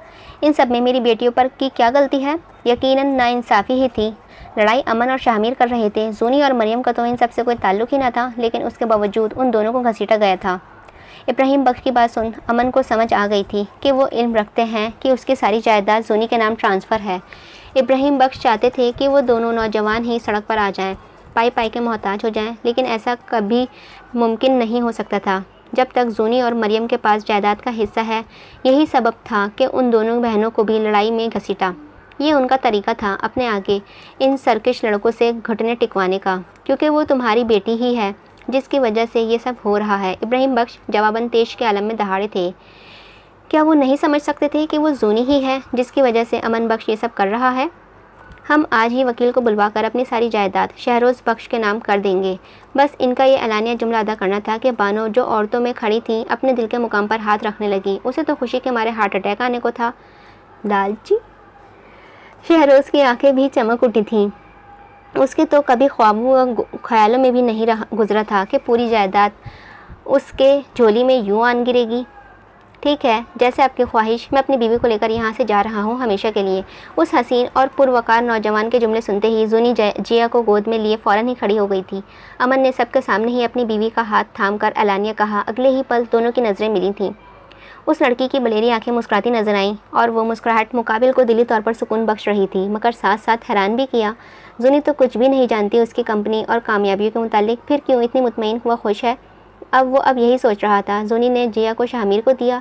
चलो, वो नौजवान कभी जान ही नहीं सकता था कि जूनी की मोहब्बत कितनी गहरी हो चुकी थी उसके लिए। उसे फ़र्क नहीं पड़ता वो अमीर है या गरीब, उसके पास पैसे हैं या नहीं, फ़र्क पड़ता तो फ़कत उससे कि वो उसके साथ है या नहीं, और साथ था इस लम्हे। और क्या चाहिए था इस लड़की को भला? ये तेरी बीवी नहीं है अमन, कनीज़ बीवियाँ नहीं हुआ करती, ये कनीज़ है, हवेली की कनीज़। तुझे इसे सज़ा देने के लिए याद दिया गया था, ना कि बीवी बनाने के लिए। ये तेरे साथ कहीं नहीं जाने वाली, वो वापस हवेली जाएगी। फ़ाइज़ राना तो कब से इंतज़ार में बैठा था कि अमन बख्श शादी करे और जूनी सर्वेंट क्वार्टर में शिफ्ट हो, और फिर उसे मौका मिले उस लड़की को चुन चुन कर बदला लेने का। वो उसने अब तक खामोश था क्योंकि अमन बख्श इब्राहिम बख्श का सपोर्ट हासिल था, मगर अब हालात बिल्कुल बदल चुके थे, इसीलिए ज़रूरत नहीं थी मज़ीद खामोश रहने की। फ़ाइज़ राना के कहते ही इब्राहिम बख्श उसे घुर्राहट के साथ तकने लगे। वो कभी नहीं चाहते थे कि ये बात गांव वालों के सामने आए कि उनकी पोती ने भागने की कोशिश की थी। अभी इब्राहिम फ़ाइज़ राना से कुछ कहते इससे कबल ही वो एक जस्ट में जूनी तक पहुंचा था। वो किसी सूरत अमन को जूनी के ले जाने नहीं देना चाहता था। इसका हाथ जूनी के हाथ को मिस करता, इससे कबल ही उसकी कलाई मजबूती से पकड़कर किसी ने रोकी थी। फ़ाइज़ ने निगाहें उठाई तो उस वजह से मालामाल हसीन नौजवान ने एक ज़ोरदार मुक्का उसके चेहरे पर रसीद किया। मुक्का इस कदर जानदार था कि वो डायरेक्ट मुंह के बल जाकर ज़मीन व रेत पर गिरा था। मुझे मारने देता तो अच्छा था, बजाय शुक्रगुजार होने या अपने शौहर को एहसान भराई नज़रों से तकने के, उल्टा शरारती गुड़िया मुंह बसोर कर बोली थी, जिस पर अमन ने बेबसी से अपना सर झटका। तेरी तो। पूरे गांव वालों के सामने वो मार खाकर ज़मीन पर पड़ा था। उसने निगाह उठाकर देखा तो लोग उसे खुद पर हंसते हुए महसूस हुए थे। फ़ाइज़ को अपनी शदीद तज़लील महसूस हुई थी। वो बिपर कर बदले लेने की गर्ज से दोबारा उठा। अब मेरी बारी। फ़ाइज़ चीखता हुआ उनकी जानिब आ रहा था, जैसे चीर फाड़ कर रख देगा। उसे गज़बनाक हद तक पागल होकर अपनी जानिब आता देखने के बावजूद वो दोनों मियाँ बीवी पुरसुकून अंदाज में खड़े थे। जूनी ने एलानिया कहा था कि अमन पीछे रहे, जैसे आपकी ख्वाहिश बेगम साहिबा। जो रूह की गुलामी में सरे तस्लीम खम करता, वो दोनों हाथ पॉकेट में डालकर एक कदम आहिस्ते से पीछे हो गया था। फ़ाइज़ राना ने अपनी पूरी ताकत के साथ आकर अमन पर हमला करना चाहा, लेकिन वो हमला कर पाता इससे कबल ही जूनी उसका हाथ पकड़कर कमर के पीछे मोड़ गई थी। फिर एक ज़ोरदार लात पाँव के जोड़ पर मारकर उसे घुटनों के बल बैठा दिया। सिर्फ 2 लम्हे लगे इस लड़की को फ़ाइज़ राना को इसके घुटने पर लाने में। सब मुँह खोले देखते रह गए थे उसे। या मेरी बीवी। अमन उसका पैतरा देख बेसाख्ता ही दिल में दाद दे उठा था। जूनी ने फ़ाइज़ राना का हाथ इतनी ज़ोर से मरोड़ा था कि उसकी चीख बुलंद हुई थी। तो पूरे मैदान में इस दिन मैं अपनी माँ के गम में थी, सिर्फ इसीलिए तू इतनी बकवास कर सका था कमीने, वरना मुझे अपनी कनीज़ बनाने का सोचने पर भी मैं तुझे ज़िंदा दफना देती। हट। उसने ये जुमला अदा करते ही एक ज़ोरदार लात उसके कमर पर रसीद की थी और हाथ छोड़ दिया था, जिस पर वो मुँह के बल जाके दोबारा रेत पर गिरा था। जुनैशा बख्श चौधरी। इब्राहिम बख्श ज़ोर से दहाड़ा था। बस कर दादा, कबर में पाँव लटके हैं तेरे। गलाजत को पेट में भर लिए तो ज़मीन पर अकड़ के किस बात पे चलता है? क्या भूल गया है कि तुझे एक दिन मौत आनी है? खुद को खुदा ना समझ और ना ये समझ कि तू ज़िंदगी भर यहाँ ज़िंदा रहकर हुकूमत कर सकेगा। क्या भूल गया है फ़िरौन के इंजाम को? डर मेरे खुदा से, डर उन लड़कियों की बद्दुआओं से जो तेरे दामन को पकड़ लेंगी। रोज़े महशर जिनकी जानों पे तूने नाहक जुल्म किया है। क्या तूने नहीं पढ़ा कुरान में कि औरतों के मामले में खुदा से डरो, डरो मेरे खुदा से। जालिम, डर इस खुदा से जिसकी लाठी बे आवाज़ है। क्या तूने नहीं जाना नमरूद के हशर को, जो एक मच्छर से हलाक हुआ? उस लड़की के जुमले में बला का तासीर थी। और क्यों करना होती? 3 साल उस लड़की ने एक कमरे में बंद होकर गुजारे थे। उसकी इंजीनियरिंग बनने का ख्वाब भी कहीं बहुत पीछे रह गया था। वो अपने शौहर का दिन रात जिस काम के लिए मेहनत करता देखती, उसे छीनने के सामने खड़े ताकत के नशे में मदमस्त शख्स ने एक लम्हे न लगाया था। उसे लग रहा था कि अमन दुख दिखा नहीं रहा, लेकिन दादा के उसके आग कर देने के फैसले से यकीनन वो तकलीफ़ में आ गया है। अभी वो बोल ही रही थी कि अचानक उसे शोर की आवाज़ें महसूस हुई। उसने आसमान की जानिब देखा। बाकी सबकी तरह उसे एक हेलीकॉप्टर आता हुआ नज़र आया, जिसे जैसे वो करीब आ रहा था वैसे वैसे शोर भी बढ़ रहा था। सबकी तवज्जो उसकी जानिब थी। वो वहीं मैदान में आकर लैंड हुआ। चलो जूनी ने कभी अपनी ज़िंदगी में पहले हेलीकॉप्टर को इतने करीब से नहीं देखा था। अभी वो इसे हैरत से देख ही रही थी कि अमन ने फ़ौरन ही उसका हाथ थामने को कहा था और फिर इब्राहिम बख्श के रूबरू आके खड़ा हो गया था। आ जाएं सर। इसी लम्हे सब ने देखा कि मैदान में काले रंग की बिचारों के कतारें लगी हुई हैं। इब्राहिम बख्श और बाकी सबको खतरा लायक हुआ था। उनके किसी दुश्मन ने उन पर अचानक हमला कर दिया है। सभी अपनी गनें लेकर हाथ में खड़े हो गए थे, जबकि शाहमीर गोद में जिया को लिए फ़ौरन ही ख़वातीन की जानिब बढ़ा था, मरियम और अपनी माँ की हिफाजत करने के लिए। गाड़ियाँ आकर उनके आगे ही रुकी थीं। उनमें से धड़ाधड़ गार्ड्स निकलने लगे थे, जिनके हाथों में गन्स मौजूद थीं। सबसे आगे वाली गाड़ी में एक नौजवान निकला, जो ग्रे कलर की कोट पैंट में मलबूस था। उसने पहले पूरे मैदान का तनकीदी जायज़ा लिया और फिर अमन की जानिब देख निहायत तहज़ीब से गोया हुआ था। इस लड़के के अमन को सर कहकर मुखातिब करते ही जूनी समेत सभी अमन को उलझी व हैरत भरी निगाहों से देखने लगे थे।